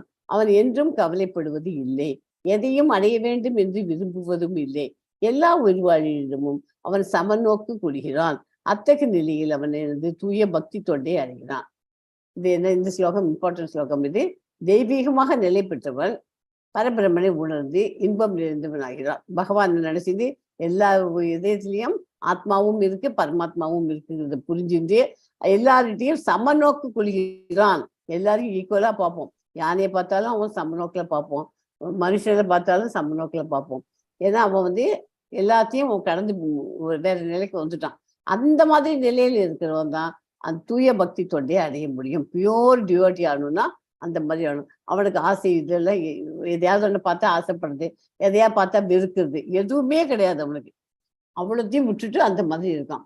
பூரணத்துடன் ஒன்றாக இணையும் பிரம்மபூத நிலை அதை அடைவதே அருவவாதிகளின் லட்சியமாகும். ஆனால் உருவவாதிகளான தூய பக்தர்களை பொறுத்தவரை அந்நிலையில் இருந்து மேலும் முன்னோக்கி சென்று தூய பக்தி தொண்டில் ஈடுபடுவதே அவளுடைய லட்சியமா இருக்கு.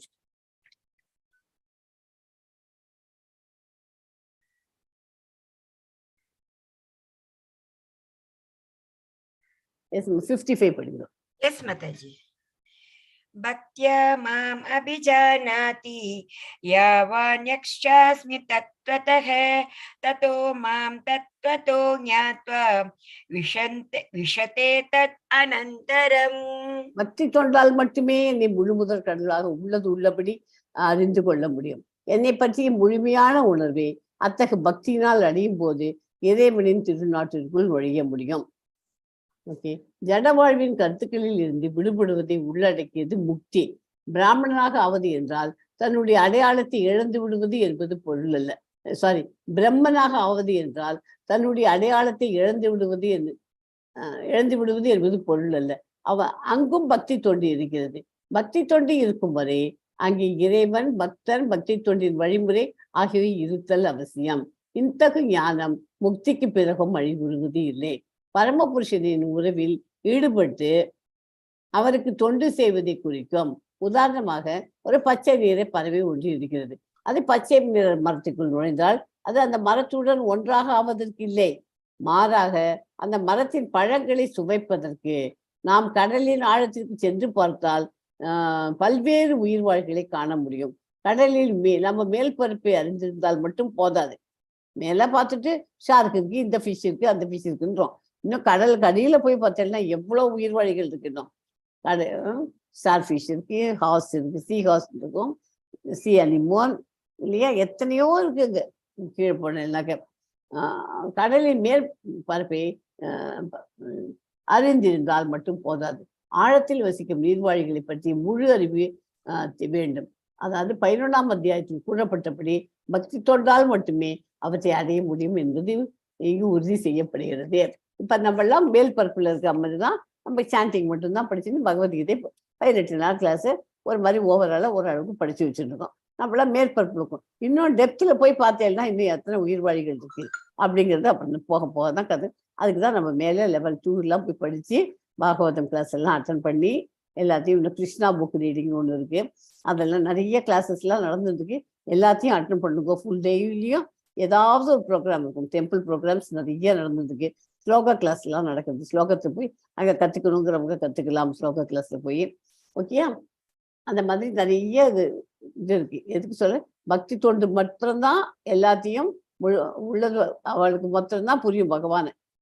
உள்ளது உள்ளபடி அறிந்து கொள்ளும். என்னை பற்றி முழுமையான உணர்வை அத்தகு பக்தினால் அடையும் போது அவனால ஈஸியா கோலோக விருந்தாவனுக்கு போக முடியும். பகவான் கிருஷ்ணரையும் அவரது சொந்த விரிவுகளையும் மன அனுமானத்தினாலோ பக்தர்களாலோ புரிந்து கொள்ள முடியாது. பக்தர்கள்லாம் பக்தர்கள் அல்லது பரமபுருஷ பகவானை புரிந்து கொள்ள யாரேனும் விரும்பினால் அவர் ஒரு தூய பக்தரின் வழிகாட்டுதலின் கீழ் தூய பக்தி தொண்டை ஏற்றுக்கொள்ள வேண்டும். இல்லாவிட்டால் பரமபுருஷ பகவானை பற்றி உண்மை எப்போதும் மறைந்தே இருக்கும். அவளால ஃபுல்லும் டீட்டெயிலா படிச்சுக்க முடியாது. அதனால தூய பக்தி யாரு செஞ்சுட்டு இருக்காளோ நமக்குன்னு ஒரு ஆன்மீக குரு வச்சிருந்து அவள்கிட்ட இருந்து இதெல்லாம் கற்றுக்கணும். ஓகே, எஸ் 56 படிங்க. எஸ் மாதாஜி. சர்வ கர்மாண்யபி சதா கூர்வாணோ மத் व्यपाश्रयः मत्प्रसादात् अवाप्नोति शाश्वतं पदम् अव्ययम्.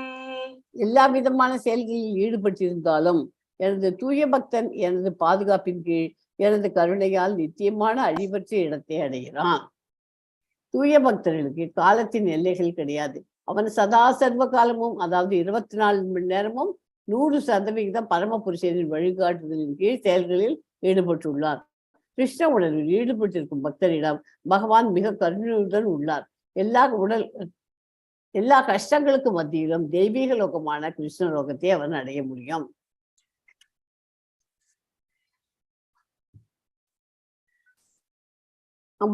படிக்கும். எஸ் மாதாஜி. மச்சித்த सर्वदुर्गाणि मत्प्रसादात् तरिष्यसि अत चेत्वम् अहङ्कारान् न श्रोष्यसि विनक्ष्यसि. நீ என்னை பற்றிய உணர்வில்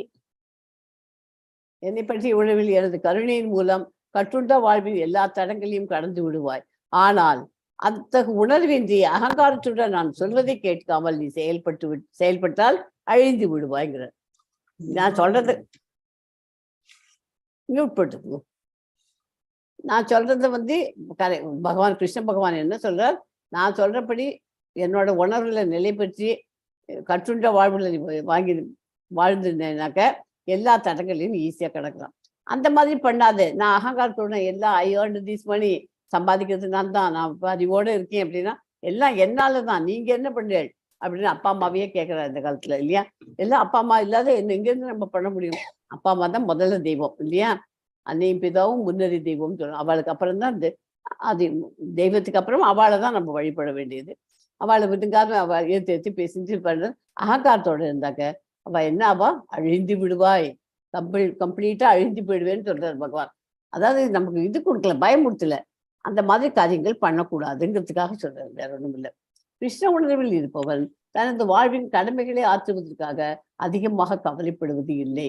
எல்லா கவலைகளிலிருந்து விடுதலை பெற்ற இந்த மிகச்சிறந்த நிலையை முட்டாள்களால் புரிந்து கொள்ள முடியாது. கிருஷ்ண உணர்வில் செயல்படுபவர்களுக்கு பகவான் நெருங்கிய நண்பன் ஆவார். பகவான் தன்னையே தன் நண்பனிடம் அளிக்கிறார். கிருஷ்ண உணர்வில் செயல்படாதவன் பிறப்பு கடலில் சூழலில் தன்னையே இழக்கிறான். அந்த மாதிரி அழிந்து விடுவாய்ன்னு அர்த்தம். மறுபடியும் இந்த பிறவி எடுத்துதான் இருக்கணும். நம்ம பண்ண பாவ கர்மாக்களுக்கு ஏற்ற மாதிரி மனுஷ பிறவி எடுக்க போறோமா இல்லைன்னா மிருகங்களுக்கு நடுப்புற போறோமா என்ன பண்ண போறோமோ தெரியாது. எஸ் 61 படிங்க. எஸ் மாதாஜி. ஈஸ்வர சர்வபூதானாம் ஹிருதேஷேர்ஜுன திஷ்டதி பிராம்யன் சர்வபூதானி யனத்ரூடானி மாயய. ஓ அர்ஜுனா, ஜடசக்தியால் செய்யப்பட்ட இயந்திரத்தில் அமர்ந்துள்ள எல்லா உயிர்வாழிகளின் பயணங்களையும் அவரவர் இதயத்தில் விட்டுள்ள முழுமுதற் கடவுளே வழி நடத்துகிறார். புரிஞ்சுதான்? இந்த இயந்திரம், உடல்கிற இயந்திரத்தை ஒவ்வொருடைய இதயத்திலையும் அந்த இயந்திரத்துல அமர்ந்துள்ள எல்லா உயிர்வாழிகளின் பயணங்களையும் எல்லாருடைய இது லைஃபையும் பார்த்துக்கிறது யாரு? இதயத்துல ஆத்மாவோட, நம்மளுடைய ஜீவாத்மாவோட கூட பரமாத்மாவும் உட்கார்ந்துருக்கார். அவர் தான் வழி நடத்துகிறார். அர்ஜுனன் எல்லாவற்றையும் அறிந்தவன் அல்ல, போரிடுவதே கூடாதா என்பதில் அவரது முடிவு வரம்பிற்கு உட்பட்ட ஜீவாத்மாவே எல்லாம் அல்ல என்றும் பகவான் அறிவுறுத்துகிறார். அவன் எப்போதும் பகவானின் கட்டுப்பாட்டின் கீழ் உள்ளான். எனவே அவனது கடமை அவரிடம் சரணடைவதே. பகவான்கிட்ட கட்டுப்பாட்டுல இருந்து அவர்கிட்ட சரணடைஞ்ச அவரே நமக்கு எல்லாத்துக்கும் வழி காமிச்சு கொடுத்துருவார். ஓகே, இந்த பறவை உங்களுக்கு எக்ஸ்பிளைன் பண்ணியிருக்கேன் முன்னாடியே. நம்ம இதயத்துக்கு தான் ஆத்மா அந்த பரமாத்மா நம்ம இதயத்துல இருக்கு. ஒரு பறவை பழத்தை கொத்தின்னு இருக்கு, அதை திங்கிறத கூடவே இருந்துட்டு பரமாத்மா அதை பார்த்துட்டு இருக்காரு, கண்காணிச்சுட்டு இருக்காரு. நம்ம என்ன பண்றோங்கிறது. 62 படிங்க. எஸ் மாதாஜி. தமேவ சரணம் கச்ச சர்வபாவேன பாரத தத் பிரசாதாத் பராம் சாந்திம் ஸ்தானம் பிராப்ஸ்யசி சாஸ்வதம். பரத வழி தோன்றலே, அவரிடம் முழுமையாக சரணடைவாயாக. அவரது கருணையால் தெய்வீக அமைதியையும் உன்னதமான நித்திய இடத்தையும் நீ அடைவாய். எனவே ஒவ்வொருவருடைய இதயத்திலும் வீற்றிருக்கும் புருஷோத்தமரான முழுமுதற் கடவுளிடம் உயிர் வாழி சரணடைய வேண்டும். அது அவனை ஜட வாழ்வில் எல்லாவித துன்பங்களிலிருந்தும் விடுவிக்கும். இறுதியில் முழுமுதற் கடவுளை சென்று அடைகிறான். 63 படிக்கும். எஸ் மாதாஜி. இதி தே ஞானம் ஆக்யாதம் குஹ்யாத் குஹ்யதரம் மயா விம்ருஷ்யைதத் அசேஷேன யதேச்சசி ததா குரு. இவ்வாறு ரகசியமானதை காட்டிலும் மிகவும் ரகசியமான ஞானத்தை உனக்கு நான் விளக்கியுள்ளேன். இதனை முழுமையாக கவனமாக சிந்தித்து நீ செய்ய விரும்புவதை செய். அவர் ஒரு நல்ல டீச்சர். கிருஷ்ண பகவான் ஒரு நல்ல டீச்சர். நல்ல டீச்சர்னா என்ன? வெரி குட் டீச்சர்னாக்க என்ன பண்ணுவா? அவளுக்கு குழந்தைகளுக்கு நல்ல பாடத்தையும் சொல்லி கொடுத்துட்டு நல்லா படிங்கோ, படிச்செல்லாம் மார்க் கிடைக்கும், நீங்க படிக்கலைன்னா மார்க் கிடைக்காது அப்படின்னு தான் சொல்லுவா இல்லையா? அதே மாதிரி நம்மளே வேலைக்கு போறோம், வேலைக்கு போறச்சு வீட்டுல இருக்கிறவெல்லாம் என்ன சொல்லுவா? நீ நல்ல இதுவா இருக்கிற பேரண்ட்ஸ் எல்லாம் நீ நல்லா போய் இன்டர்வியூ பண்ணினாக்க உனக்கு கிடைச்சதுன்னா அந்த செய்தி, கிடைக்கலையா அந்த மாதிரி 2 இதுவும் சொல்லி கொடுப்பா. உன்னோட டிசிஷன், நீ நல்லா பண்ண வேண்டியது உன்னோட இது, அந்த மாதிரி சொல்லுது. ஜீவாத்மாவின் சின்னஞ்சிறு சுதந்திரத்தில் கடவுள் தலையிடுவது இல்லை. தனது இதயத்தில் வீற்றிருக்கும் பரமாத்மாவிடம் அர்ஜுனன் சரணடைய வேண்டும் என்பதே அவருக்கு உரைக்கப்பட்ட மிகச்சிறந்த அறிவுரையாகும். நீ எங்கிட்ட சரண்டர் மட்டும் ஆயிடு, நான் பாத்துக்கிறேன் உனக்கு அப்படின்னு அவனுக்கு அர்ஜுனனுக்கு சொல்லி கொடுக்குறாரு. எஸ் மாதாஜி. மன்மனா பவ மத்பக்தோ மத்யாஜி மாம் நமஸ்குரு மாம் ஏவைஷ்யசி சத்யம் தே பிரதிஜானே பிரியோசி மே.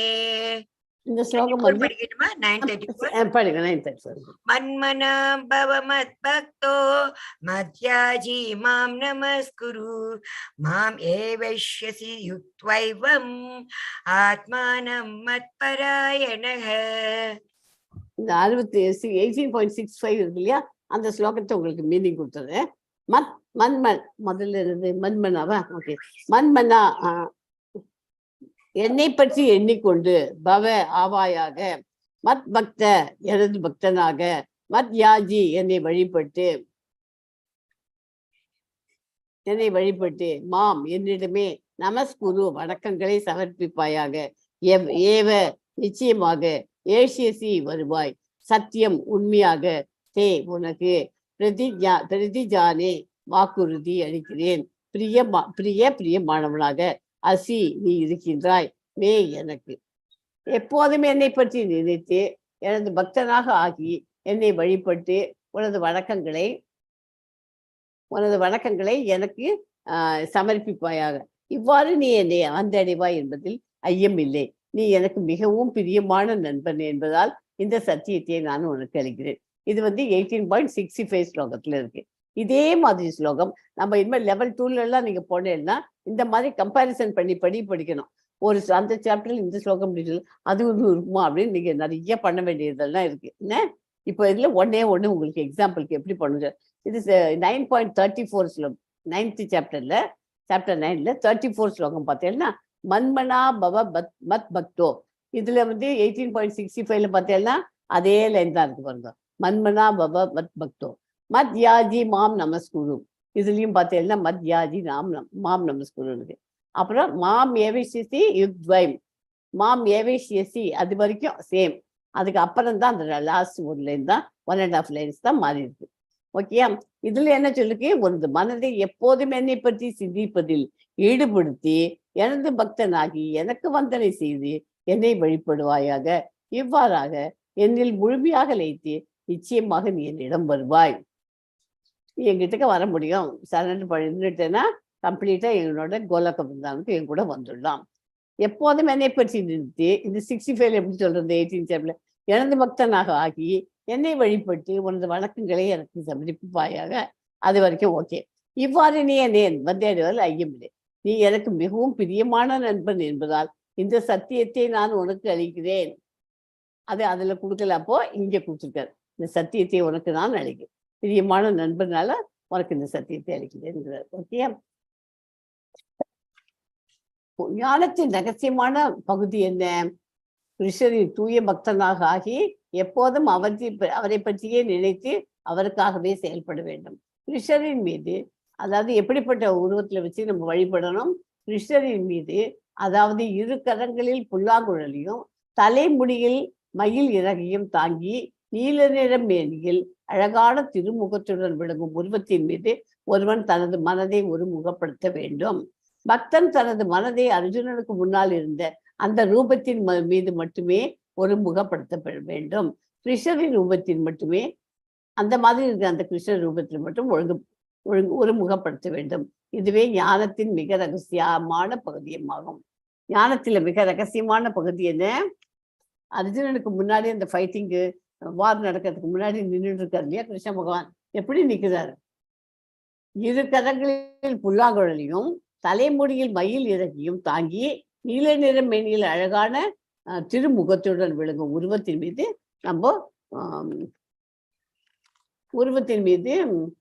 மனதை ஒருமுகப்படுத்த வேண்டும் சொல்லிருக்காரு. ஓகே. கிருஷ்ணருக்கு தூய பக்தனாகி அவரை பற்றியே நினைத்து அவருக்காகவே செயல்பட வேண்டும்.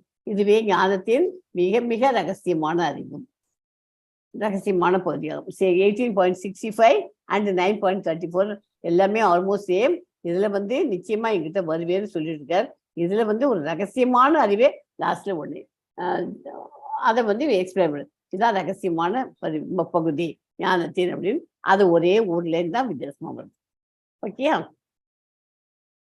எஸ் 66 படிங்க. எஸ் மாதாஜி. सर्वधर्मान् परित्यज्य माम् एकं शरणं व्रज अहं त्वां सर्वपापेभ्यो मोक्षयिष्यामि मा शुचः. எல்லா விதமான தர்மங்களையும் துறந்து என்னிடம் மட்டுமே சரணடைவாயாக. உன்னை எல்லா பாவ வேளைகளிலிருந்தும் நான் விடுவிக்கிறேன், பயப்படாதே. பரபிரம்மன் பரமாத்மா வர்ணாசிரமம், சந்நியாசம், பற்றின்மை, மனதையும் புலன்களையும் கட்டுப்படுத்துதல், தியானம் என பலதரப்பட்ட தர்மங்களையும் அவர் பல்வேறு வழிகளில் விளக்கினார். தன்னிடம் சரணடைந்தால் போதும், எல்லா பாவ வழிகளிலும் காக்கும். ஏனெனில் இறைவன் தாமே அவனை பாதுகாப்பதாக சத்தியம் செய்து கொடுக்கிறார். என்கிட்ட சரண்டர் மட்டும் ஆயிடு, நானே உன்னை பாதுகாத்துக்கிறேன் அப்படிங்கிறார். ஓகே. நம்ம எல்லாரும் இப்போ நண்பனாதான் ஆக்கிறதுக்கு ட்ரை பண்ணிட்டு இருக்கோம். முதல்ல நண்பனாக்கி அப்புறம் கம்ப்ளீட்டா சரண்டர் ஆயிடணும். எஸ் 67 படிக்கும். எஸ் மாதா. இதம் தேனா தபஸ்காய ந பக்தாய கதாச்சன ந சாக்ஷுஷூஷவே வாச்யம் ந ச மாம் யோப்யசூயதி.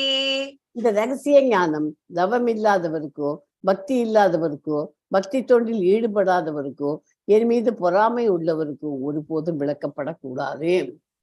இது எல்லாத்தையும் போய் இந்த இதெல்லாம் யாராவது ஒரு நான் டிவோட் இது போய் பகவத்கீதையை கிருஷ்ணர் இப்படியாக்கும் அப்படியாக்கும் போய் பேசுறதுல அர்த்தம் இல்லை. ஏன்னா அவன் நான் டிவோட்டி, அவன் நம்மள மாதிரி இது இல்லை, அவன் பகவான் இல்லைங்கிறவன். அவனை போய் நம்மளால திருப்தி பண்ண முடியாது, நம்ம தான் பைத்தியமா முட்டாளாகும். அதனால அவளுக்கெல்லாம் போய் அவள்கிட்ட எக்ஸ்பிளைன் பண்ணியிருக்காங்க. ஏதாவது கொஞ்சம் போல சொல்லி பாருங்க, கேட்கறவாள் இருந்தாக்க மாற்றி விடலாம், கேட்காதவாழ்கிட்டெல்லாம் சொல்றதுல அர்த்தம் இல்லை. அறநெறிகளின் கீழ் தவம் புரியாத கிருஷ்ண உழவரின் பக்தி தொண்டாற்ற முயலாத தூய பக்தருக்கு சேவை செய்யாத நபர்களிடம் ஞானத்தின் இந்த மிக மிக ரகசியமான பகுதியை கூறக்கூடாது. கிருஷ்ணர் மீது பொறாமை கொள்பவர்களால் பகவத்கீதையை புரிந்து கொள்ள முடியாது. கிருஷ்ணர் என்னப்பா அது இஸ் எ ஹியூமன் பீயிங் அப்படின்னு தான் எல்லாம் நினைச்சிருக்கா. அதுவே ஆனா அதுக்காக தான் அவன் விஸ்வரூப தரிசனத்தை காமிக்க சொல்லி நம்மள எல்லாரும் அவரை பகவான் அப்படிங்கிறத புரிஞ்சுக்கணுங்கிறதுக்காக தான் அதை காமிக்க சொன்னா. கோவர்தன யாராவது நான் தான் கடவுளாக்கும் அப்படின்னு சொன்னாருக்கு. எப்படிப்பா கடவுள் இதை தூக்கி கோவர்தன மலையை தூக்கி காமி. கோவர்தன மலையை என்ன பண்ணார் அவர்? எப்படி தூக்கினார்? இடத்துக்கு சுண்டி வரலால இப்படியே தூக்கி 7 பகலும் 7 ராத்திரியும் இந்த வரலையே வச்சிருந்தார். யாராலேயே பண்ண முடியுமா? நீ பகவானாக்க பண்ணி காமி அப்படின்னு சொல்லி நம்ம கேள்வி கேட்கலாம். 2வது பாயிண்ட், அது ஒரு 2 பாயிண்ட். விஸ்வரூப தரிசனம் அதையும் காமி. வாய்க்குள்ள எல்லாத்தையும் பல அண்டங்கள் இருக்கு இல்லையா, எல்லாத்தையும் உன் வாயில கொண்டு வந்து காமி அப்படின்னு நம்ம கேட்க முடியும். ஓகேயா? அந்த மாதிரி கேட்டு அதுல இருந்து அவ அப்ரூவ் பண்ணி பகவான் இல்லைங்கிறத ஒத்துக்க வச்சுக்கலாம்.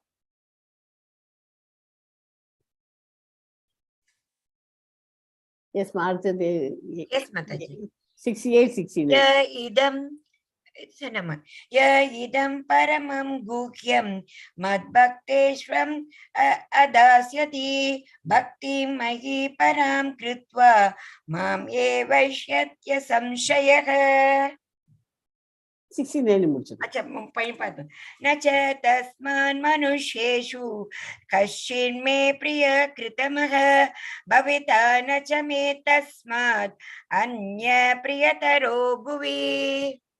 இந்த பரம ரகசியத்தை இருந்து பக்தர்களுக்கு விளக்குபவனுக்கு தூய பக்தி தொண்டு உறுதிப்படுத்துவதோடு அவன் இறுதியில் நிச்சயமாக என்னிடம் திரும்பி வருகிறான். அவரை விட எனக்கு பிரியமான தொண்டன் இந்த உலகில் வேறு யாரும் இல்லை. அவ்வாறு அவரை விட பிரியமானவராக யாரும் ஆக முடியாது. அந்த மாதிரி தொண்டு செய்வார். அதுக்கு மேல யாராலையும் ஆக முடியாது. அவர்தான் மேக்சிமம் இதாக முடியும், பிரியமானவனாக ஆக முடியும். ஓகே. பகவத்கீதை பக்தர்களின் மத்தியில் மட்டுமே விவாதிக்கப்பட வேண்டும், மற்றவர்களால் புரிந்து கொள்ள முடியாது. தூய பக்தியின் விளைவாக அவன் முழுமுதற் கடவுளின் திருநாட்டிற்கு செல்வது உறுதி.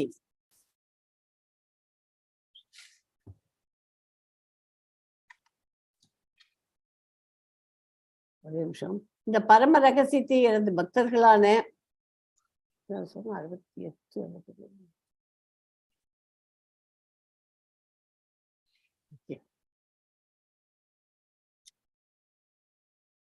பக்தர்களுக்கு அவனை இறுதியில் நிச்சயமாக என்னிடம் திரும்பி வருகிறார். பகவத்கீதை உள்ளபடி எடுத்துரைப்பதற்கு நேர்மையாக யார் ஒருவன் முயல்கிறானோ பக்தியின் செயல்களில் அவன் முன்னேற்றம் அடைந்து வாழ்வில் தூய பக்தி நிலையை அடைவான். இதன் விளைவாக கடவுளில் திருநாட்டிற்கு திரும்பி செல்வது உறுதியாகிறது.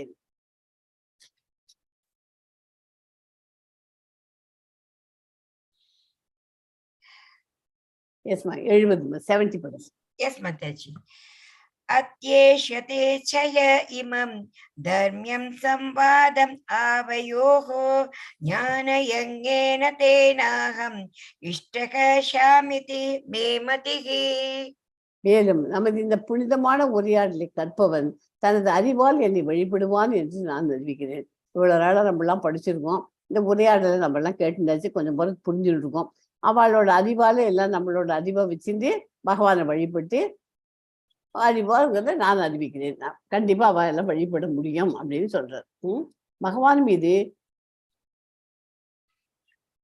பொறாமையுடைய நபர்கள் பகவத்கீதை விளக்கப்படுவதை பகவான் பகிரங்கமாக தடுத்துள்ளார். பகவத்கீதை பக்தர்களுக்கு மட்டுமே. அது அடுத்த ஸ்லோகத்தில். எஸ்மா, இது படிங்க. Yes, Mataji. 71. Yadavan anasuyascha shunuyadapi yo naraha sopi muktaha shubhalokan prapnuyat punya karmanam. அதாவது பகவான் மீது பொறாமையுடைய நபர்களால் பகவத்கீதை சொல்றத பகிரங்கமா பகவான் தடுக்கிறார். வேண்டாம், சொல்லாதீங்க அவளுக்கெல்லாம். பகவத்கீதை பக்தர்களுக்கு மட்டும். யார் பியூர் நம்மளாம் இப்போ டிவோட்டிஸ் ஆகிட்டோம், 12 நாள் படிச்சிடும். அவளுக்கு தான் அது பகவத்கீதை படிக்கணும். யாரும் நம்பிக்கை இல்லையா அவள்கிட்ட போய் சொல்லிட்டு இருக்காது. ரொம்ப டயத்தை வேஸ்ட் அடிக்கிறதுக்கும் நம்மளோட நம்பிக்கை போயிடும். அப்புறம் அந்த மாதிரி பண்ண இல்லையா, அவளோட சேராதுங்க.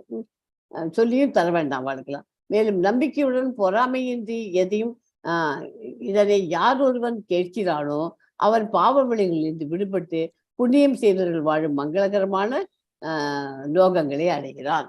இங்க பக்கத்துல உட்காந்துட்டு யாரும் சொல்லி கொடுக்குறா? சீல பிரபுபாதா இவாளுக்கெல்லாம் சொல்லித்தருது. அசோசியேஷன் நமக்குன்னு ஒரு ஆன்மீக குரு வச்சுக்கணும்னு சொல்றோம் இல்லையா, இவெல்லாம் ஆன்மீக குரு ஸ்ரீலா பிரபோதை வச்சுன்னு அவர்கிட்ட எல்லாத்தையும் கேட்டு தெரிஞ்சுக்கிறா. அவள் தெரியாததான். சரி, 73 படிங்க. எஸ் மாதாஜி. அர்ஜுன உவாச்ச நஷ்டோ மோக ஸ்மிருதிர்லப்த தத் பிரசாதான் மயாச்சுத ஸ்திதோஸ்மி கத சந்தேஹ கரிஷ்யே வசனம் தவ. அர்ஜுனன் கூறினான், எனது அன்பு கிருஷ்ணரே, வீழ்ச்சி அடையாதவரே, எனது மயக்கம் தற்போது நீங்கிவிட்டது. தங்களது கருணையால் நான் எனது நினைவை மீண்டும் பெற்றுவிட்டேன். எல்லா சந்தேகங்களிலிருந்தும் விடுபட்டு நான் தற்போது உறுதியுடன் உள்ளேன். தங்களது உபதேசங்களின்படி செயல்பட தயாராக உள்ளேன். ஸோ 73 ஸ்லோகம் ரொம்ப இம்பார்ட்டன்ட் ஸ்லோகம். என்ன சொல்றான் அர்ஜுனன் உவாச்ச, அர்ஜுனன் கூறினான், அவன் கிருஷ்ணரே, வீழ்ச்சி அடையாதவரே, என்னோட மயக்கம் எல்லாம் குழப்பமா இருக்கேன், மயக்கமா இருக்குன்னு சொன்னேன் இல்லையா, வாய் உலர்றது எல்லாம் சொன்னேன், முதல்ல எல்லாம் சொன்னேன். எல்லாம் இப்போ எல்லாத்துலேயும் இருந்து கம்ப்ளீட்டா நான் மயக்கங்களை சரியா போயிடுத்து.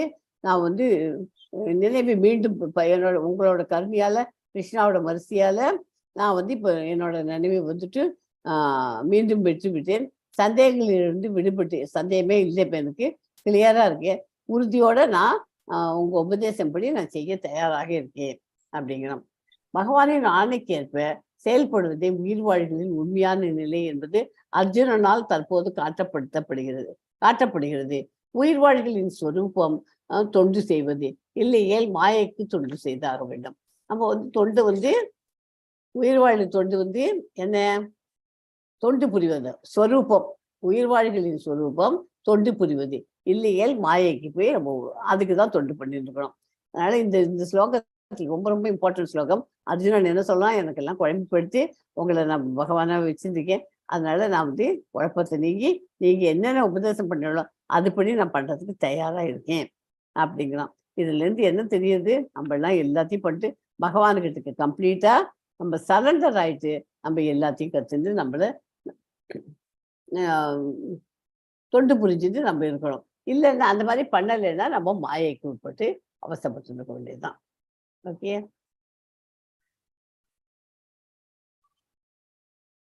ஸோ சஞ்சயன் இப்போ இது வரைக்கும் இது முடிஞ்சிச்சு. இப்போ சாப்டர்ல ஃபர்ஸ்ட் ஸ்லோகம் யார் சொல்றா, யாருக்கா தெரியுமா? திருதராஷ்டிரர் சொல்றாரு ஃபர்ஸ்ட் ஸ்லோகம். இப்போ கடைசி ஸ்லோகம் யார் சொல்றா? இப்போ கடைசி இதெல்லாம் சஞ்சயன் சொல்றான். கடைசியில இந்த 73 ஸ்லோகம் முடிஞ்சு போச்சு இல்லையா, இப்போ 74வது ஸ்லோகத்துல இருந்து சஞ்சயன் முடிய போற வரைக்கும் அவன் தான் சொல்ல போறான். என்ன சொல்றான்? சஞ்சயன் கூறினான் இவ்வாறு, ஜெய்ஸ்ரீ மாதாஜி படிக்கோ, ஜெய்ஸ்ரீ மாதாஜி நீங்க படிக்கும்.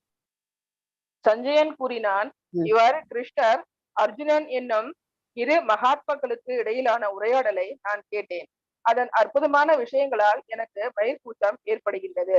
வியாசரின் கருணையால் யோகங்களின் இறைவனான கிருஷ்ணர் அர்ஜுனனிடம் தாமே நடத்திய இந்த மிக மிக ரகசியமான உரையாடலை நான் நேரடியாக கேட்டேன்.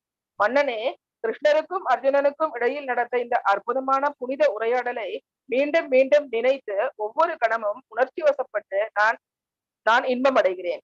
ஹரே கிருஷ்ணா. ஹரே கிருஷ்ணா. இந்த ஸ்லோகத்துல என்ன சொல்லியிருக்கா, சஞ்சயன் சொல்றான். யார்கிட்ட? சஞ்சயன் திருதராஷ்டிரன் சொல்றான்.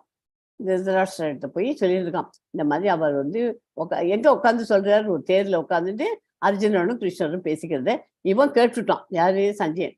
இந்த மாதிரி அவ கேட்கறது பேசுறதெல்லாம் கேட்டு அதை திருப்பி நான் கேட்க எனக்கு உடம்புல எல்லாம் மயிர் கூச்சம் ஏற்படுது, கூஸ்பம்ஸ் வருது அப்படின்னு சொல்லிட்டு அவ ரெண்டு பேருக்கு அதை பார்த்து இந்த புனித உரையாடல கேட்டா எனக்கு இந்த மறுபடியும் நான் திருப்பி ரீகால் பண்ணி பார்க்குறேன். அதுல உணர்ச்சி வசப்பட்டு சந்தோஷப்பட்டு இருக்கேன் அப்படிங்கிற அவ்வளவு அழகா அவர் சொல்லி கொடுத்துட்டாரு. பகவத்கீதையின் திருதராஷ்டிரன் திருதராஷ்டிரனுடைய வினாவுடன் தொடங்கியது பகவத்கீதை. பீஷ்மர், துரோணர், கர்ணன் முதலிய மாபெரும் வீரர்கள் உதவியால் தனது மகன்களது வெற்றியின் மீது அவர் நம்பிக்கை கொண்டிருந்தார். வெற்றி தன் பக்கமே என்று அவர் நம்பியிருந்தால். ஆனால் போர்க்களத்தில் நிலையை விவரித்த பிறகு நீங்கள் வெற்றியை பற்றி எண்ணிக்கொண்டுள்ளீர். எனது அபிப்பிராயம் என்னவென்றால், கிருஷ்ணரும் அர்ஜுனனும் எங்கு உள்ளார்களோ அங்கே எல்லா நல்ல அதிர்ஷ்டங்களும் இருக்கும் என்று மன்னனிடம் சஞ்சயன் கூறினான். அர்ஜுனனின் சாரதி என்னும் நிலையை கிருஷ்ணன் ஏற்றுக்கொண்டது அவரது மற்றொரு ஐஸ்வர்யத்தை காட்டுகிறது. எல்லா ஐஸ்வர்யங்களும் அவரிடம் பூர்ணமாக நிறைந்தவர். அவற்றில் ஒன்று துறவிற்கு எஜமானர். பகவத்கீதையை நாம் புரிந்து கொள்ளக்கூடியது என்னவென்றால், தியானத்தினாலும் அனுமானத்தினாலும் தன் உணர்வை அடைதல் ஒரு முறை. ஆனால் கிருஷ்ணரிடம் சரணடைவது உன்னதமான பக்குவ நிலை. தியானத்தையும் ஞானத்தையும் விருத்தி செய்வதும் ரகசியமானவை. கிருஷ்ணரிடம் சரணடைவதே மிக மிக ரகசியமான உபதேசமாகும். கடைசியா எப்படி முடிச்சிருக்கார்? நம்ம கிருஷ்ணர்கிட்ட எல்லாரும் சரணடைகிறது தான் ரொம்ப மிக மிக ரகசியமானது அப்படின்னு கடைசியா உபதேசம் பண்றார். இதெல்லாம் 74, 75, 76, 77, 78 வரைக்கும் சஞ்சயன் என்ன நடந்ததுன்னு இவருக்கு திருதராஷ்டிரக்கு எக்ஸ்பிளைன் பண்றோம். ஓகே, எஸ் லாஸ்ட் ஸ்லோகம் ஆஃப் பகவத்கீதா. எஸ் கமலாஜி 78. यत्र योगेश्वर कृष्णो यत्र पातो धनुर्धरः तत्र शीर्विजयो भूतिर् Dhruva नीतिर्मतिर्मम.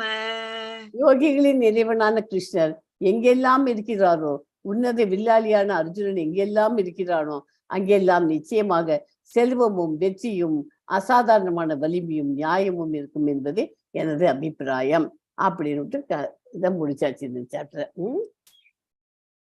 So the process of chanting the holy name of the Lord is always superbly effective, but it is especially effective in the age of இந்த கலியுகத்தில் சிறந்த இது என்னன்னா பகவானுடைய நாமங்களை உச்சரிக்க வேண்டியது. ஹரே கிருஷ்ணா கிருஷ்ண கிருஷ்ணா ஹரே ஹரே, ஹரே ராம ராம ராம ஹரே ஹரே. இந்த ஸ்லோகத்தை எல்லாரும் ஃபுட் ஃபார் த சோல், நமக்கு வயிற்றுக்கு பசிச்சதுன்னா சாப்பாடை சாப்பிட்டுடுறோம், அதுதான் இந்த பௌதிகத்துக்கு வருகிறது. ஆனாக்க இதயத்தில் அமர்ந்திருக்க பகவான் இருக்கார். ஆன்மீகத்தில் நமக்கு ஆத்மாவுக்கு அதுக்கு பசிச்சதுன்னா என்ன சாப்பாடு போடணும்? இந்த மாதிரி ஆன்மீகத்துல முன்னேறதுக்கு சாண்டிங் தான் மகா மந்திரா பண்ணணும். ஸோ இந்த சாப்டர் இதோட முடியும். கர்மயோகம் மூலம் ஜட இயற்கையின் கட்டுக்களில் இருந்து விமோசனம், செயல்பாட்டின் 5 காரணிகள், முக்குணங்களை அனைத்தையும் கட்டுப்படுத்துகின்றன. வர்ணாசிரம தர்மத்தை பின்பற்றுவதன் மூலம் புனிதமடைதல், பிரம்மதளம் அதாவது ரகசியமான அறிவு, தூய பக்தி தொண்டில் உணர்வில் செயல்படுவது முடிவுரை. இது படிச்சது. Simply by chanting Hare Krishna mantra revives is original relationship with God. Okay, அதனால இந்த மகா மந்திரத்தை எல்லாரும் தயவு செய்து மறக்காம உச்சரிச்சுட்டே இருக்கும் எப்போதும். ஸோ இந்த சாப்டர்ல கிடைச்ச வாழ்க்கைக்கான பாடம் என்ன? பிறரை பகவத்கீதை படிக்க சொல்லி உற்சாகப்படுத்துங்கள். மற்றவர்கள் இந்த மிக அற்புதமான அறிவை பெறும்போது நீங்கள் பரம புருஷ பகவானுக்கு பிரியமானவராகிறீர்கள். ஓகே, அதான் மற்றவாளெல்லாம் படிங்கோ பகவத்கீதை அப்படின்னு சொல்லி கொடுக்க வேண்டியது நம்மளோட கடமை. ஏன்னா நம்ம 18 சாப்டர் படிச்சுட்டோம், நமக்கு கொஞ்சம் அதுல ஓரளவுக்கு நமக்கு புரிஞ்சுட்டு இருக்கோம் நம்ம. அதனால நம்ம என்ன பண்ணணும், நீங்க படிங்கோ, படிச்செல்லாம் உங்களுக்கு பெனிஃபிட்டு, சாண்டிங் பண்ணுங்கோ அப்படின்னு நம்ம 4 பேருக்கு சொல்லி கொடுத்தாக்க அது அவளுக்கு சொல்லி கொடுத்தா அவளுக்கு நல்லது. நமக்கு என்ன நல்லது? நம்ம கிருஷ்ணருக்கு பிரியமானவர்தான் முடியும். நம்ம கிருஷ்ணருக்கு பிரிவான ஆறுங்கிறதுலாம் இந்த மாதிரி இதெல்லாம் நமக்கு டிவோஷனல் சர்வீஸ் பண்ண வேண்டியது. ஒண்ணுமில்லை, இந்த கிளாஸ் இதோட முடிஞ்சுட்டு அடுத்த கிளாஸ்க்கு நீங்க சில பேர் மறுபடியும் படிக்கிறேன் மாதாஜின்னு வரலாம். சில பேர் என்ன பண்ணுவேன், இல்லை லெவல் 2 போறேன்னு போறீங்க. எப்படி பண்ணாலும் இதோட இப்படி விட்டுவிடாத, மற்றவங்களுக்கு சொல்லி ஒரு 4 பேர் இதுல சேர்ந்து உற்சாகப்படுத்தி படிங்கோ, படிச்சு பாருங்கோ, ரொம்பவே சிம்பிளா சொல்லி தராங்க அப்படின்னு நீங்களா ஏதாவது சொல்லி 4 பேர் இந்த கிளாஸ்ல சேர்த்து விட்டேன்னா அதுதான் உங்களுக்கு புண்ணியம், டிவோஷனல் சர்வீஸ். அந்த மாதிரி நீங்க பண்ண உங்களுக்கு கிருஷ்ணர் உங்கள்கிட்ட நெருங்கி உங்களுக்கு நண்பனாகிறதுக்கு நிறைய வாய்ப்பு கிடைக்கும். ஓகேயா? இதுக்கு நடுப்புற உங்களுக்கு ஒரு சின்ன குட்டி கதை ஒண்ணு சொல்லிடுறேன். 5-6 ஆண்டுகளுக்கு முன்னாடி ஜகாய் மதாய் அப்படின்னு 2 பேர் இருந்தான். அவன் சைத்தன்ய மகாபிரபு, ஹரிதாஸ் தாக்கூர் ஆகியோருக்கு நாடியாவில் உள்ள ஒவ்வொரு வீட்டிலும் சென்று கிருஷ்ணரின் பெயரை உச்சரித்து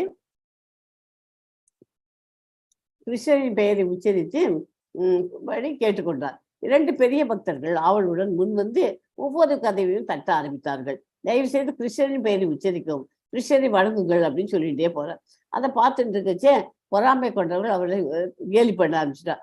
அவர் சாதகப்பட்டவர்கள் முற்றிலுங்கள். அவர் நகரத்தை சுத்தி வர நதியாங்கிற இடத்துல ஜகாய் மற்றும் மதாய் என்று அழைக்கப்படும் இரண்டு பாவம் உள்ள சகோதரர்கள் வாழ்ந்து வந்தார்கள்.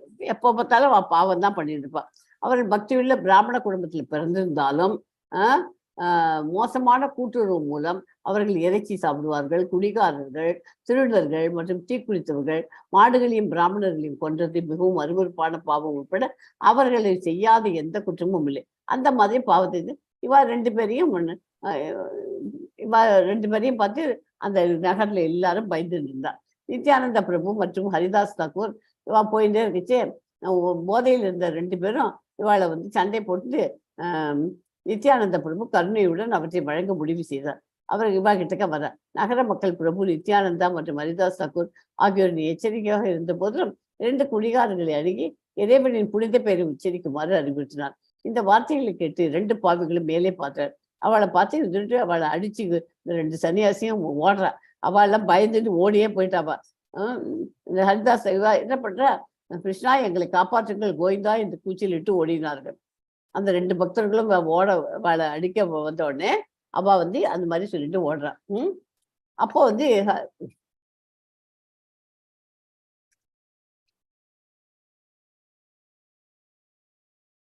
ஒரு நிமிஷம். அப்போ அந்த மாதிரி அவ ஓடிடுற. அந்த 2 சகோதரர்களும் அவ ஒரு அப்புறம் சீவாச அகதியா அப்படின்னு ஒரு வீடு இருக்கு. அந்த வீட்டுக்குள்ள போய் அவ ஒளிஞ்சு விடுறான். அதை ஒளிஞ்சு போன உடனே இவெல்லாம் தேடி பார்த்தா அவ கிடைக்க மாட்டேன்ட்டான். அது வீட்டுக்குள்ள இருக்கும். வீட்டுக்குள்ள எல்லாம் போய் எப்படி தேடுறது? அதனால வீட்டுக்குள்ள போகல அவ. நித்யானந்தா 2 சகோதரர்களை கங்கைக்கு அருகில வசிக்க தொடங்கினார். அங்க சைத்தன்ய மகாபிரபு குடிச்சிருந்தார். தொடர்ந்து குடிபோதை இருந்தவ பக்தர்களை துன்புறுத்த பயமுறுத்தவும் தொடங்கினார்கள். இரவில் சீவாச ஆச்சாரியிலிருந்து வரும் கீர்த்தனைகளின் சத்தங்களை கேட்டு அவர்கள் கேட்க முடியாது. மெல்லிசையோடு விளையாடுவதோடு நடனமும் ஆடுவார்கள். ஒரு நாள் நித்யானந்தா பிரபு இருட்டில் திரும்பி வந்திருக்கார். அவர் 2 சகோதரர்களால் தூண்டப்பட்டார். அவரது அடையாளத்தை அறிந்தது மடாய் கோபப்படைந்து உடைந்த மண்பானையால் அவரை தாக்கினார். காயத்தில் இந்த ரத்தம் பாய்வதை கண்ட ஜகாய் இரக்கம் உள்ளவனாகி தன் சகோதரனை கட்டுப்படுத்தினான். நித்யானந்தா பிரபு பொறுமையாக நின்று கொண்டு சகோதரர்களை இரக்கத்துடன் பார்த்து வலியையும் அவமானத்தையும் சகித்து கொண்ட போது மக்கள் இந்த சம்பவம் குறித்து மகாபிரபுவிடம் சொல்ல ஓடினார்கள். நித்யானந்த பிரபு சகோதரர்களின் காயமடைந்துவதை கேட்டு சைத்தன்ய மகாபிரபு அவர்களை கொல்லும் நோக்கத்துடன் அவர்களை நோக்கி ஓடினார். பயந்து போன 2 சகோதரர்களுக்கும் மரணம் போல தோற்றமளிக்கும் அவரது சக்கரத்தை அவர் அழைத்தார். இருப்பினும் நித்யானந்த பிரபு விரைவாக தலையிட்டு சைத்தன்ய மகாபிரபுவை நிறுத்துமாறு கெஞ்சினார். பாவிகளை கடவுளின் அன்பால் நிறைவு செய்வதன் மூலம் அவர்களை கொல்வதற்கான தனது பணியை அவர் நினைவுபடுத்தினார். இவ்வாறு சமாதானப்படுத்தி இறைவன் தனது சக்கரத்தை திரும்ப பெற்றார்.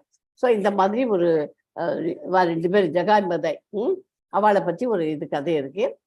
எதுக்குன்னா எப்படி எல்லாரையும் திருத்த முடியும் ஒன்று சொன்ன குடிச்சுட்டு சமூக குணத்துல இருந்தவாளை எப்படியோ கொண்டு சத்துவ குணத்துக்கு கொண்டு வச்சுட்டா அப்படிங்கிறது தான் இந்த கதையோட முழு நோக்கமே. ஓகே, ஸோ இதோட இந்த கிளாஸை முடிச்சுக்கலாம். அதுக்கு முன்னாடி கமலா மாதா ஜெயஸ்ரீ மாதாஜி இந்த சாப்டரை பத்தி என்ன இம்பார்ட்டன்ட் ஒரு கதை சொல்லி சின்னதா கேட்டுக்கோங்க. எஸ் ஜெயஸ்ரீ மாதாஜி. ஹரே கிருஷ்ணா மாதாஜி. பத்ம புராணத்தில் அளிக்கப்பட்ட ஸ்ரீமத் பகவத்கீதையின் 18வது அத்தியாய பாராயண பலன்கள். இந்திரனுக்கு ஒப்பான பதவி கிட்ட விஷ்ணு தூதர்கள் சூரியனை ஒத்த தேஜஸுடைய ஒருவனை இந்திரனிடம் கூட்டிச் சென்று, இவர் சில காலம் இந்திரனாக இங்கு உன் சிங்காசனத்தில் இருந்து ஆழ்வான் என்றதும், இந்திரன் மகாவிஷ்ணுவிடம் சென்று என்ன இந்த விந்தை என்று கேட்க, அதற்கு திருமால் இவன் கீதையின் 18வது அத்தியாயத்தில் வெறும் 5 ஸ்லோகங்களை மட்டும் தினமும் பாராயணம் செய்து வந்தான். அதற்காகத்தான் இந்த இந்திர பதவி என்றார் திருமால். வெறும் 5 ஸ்லோகங்களுக்கே இத்தகைய பதவி கிடைத்தது என்றால் அத்தியாயம் முழுவதையும் பாராயணம் செய்தால் சொல்ல வேண்டுமா என்ன? ஹரே கிருஷ்ணா மாதாஜி. ஹரே கிருஷ்ணா. நான் இந்த ஸ்லோகத்தை சொல்றேன். சொன்ன உடனே இதுக்கப்புறமா ஒரே ஒரு டைம் ஹரே கிருஷ்ணா மகாமந்திரம் என்னோட சேர்ந்து சொல்லுவோம். ஓகே. பாஞ்சா கல்பத ரூபஸ்ய கிருபா சிந்துபியோ ஏவச்ச பதிதானாம் பாவனேபியோ வைஷ்ணவேபியோ நமோ நமக. ஹரே கிருஷ்ணா ஹரே கிருஷ்ணா கிருஷ்ண கிருஷ்ணா ஹரே ஹரே ஹரே ராம ஹரே ராம ஹரே ராம ஹரே ராம ராம ராம ஹரே ஹரே ராம ராம ஹரே ஹரே. ஹரே கிருஷ்ணா கிருஷ்ண கிருஷ்ணா ஹரே ஹரே ஹரே ராம ஹரே ராம ராம ராம ஹரே ஹரே. ओम तत्सत् इति श्रीमद्भगवद्गीतासु उपनिषत्सु ब्रह्मविद्यायां योगशास्त्रे श्रीकृष्णार्जुन संवादे मोक्षसंन्यासयोगो नाम अष्टादशोऽध्यायः। हरे कृष्ण, सर्वं कृष्णार्पणमस्तु। अस्मिन् परात्मन्ननुपात्मकल्पे त्वमेकमुत्थापितपद्मयोनिः अनन्तभूमा मम रोगराशिं निरुन्ति वातालय वासविष्णु।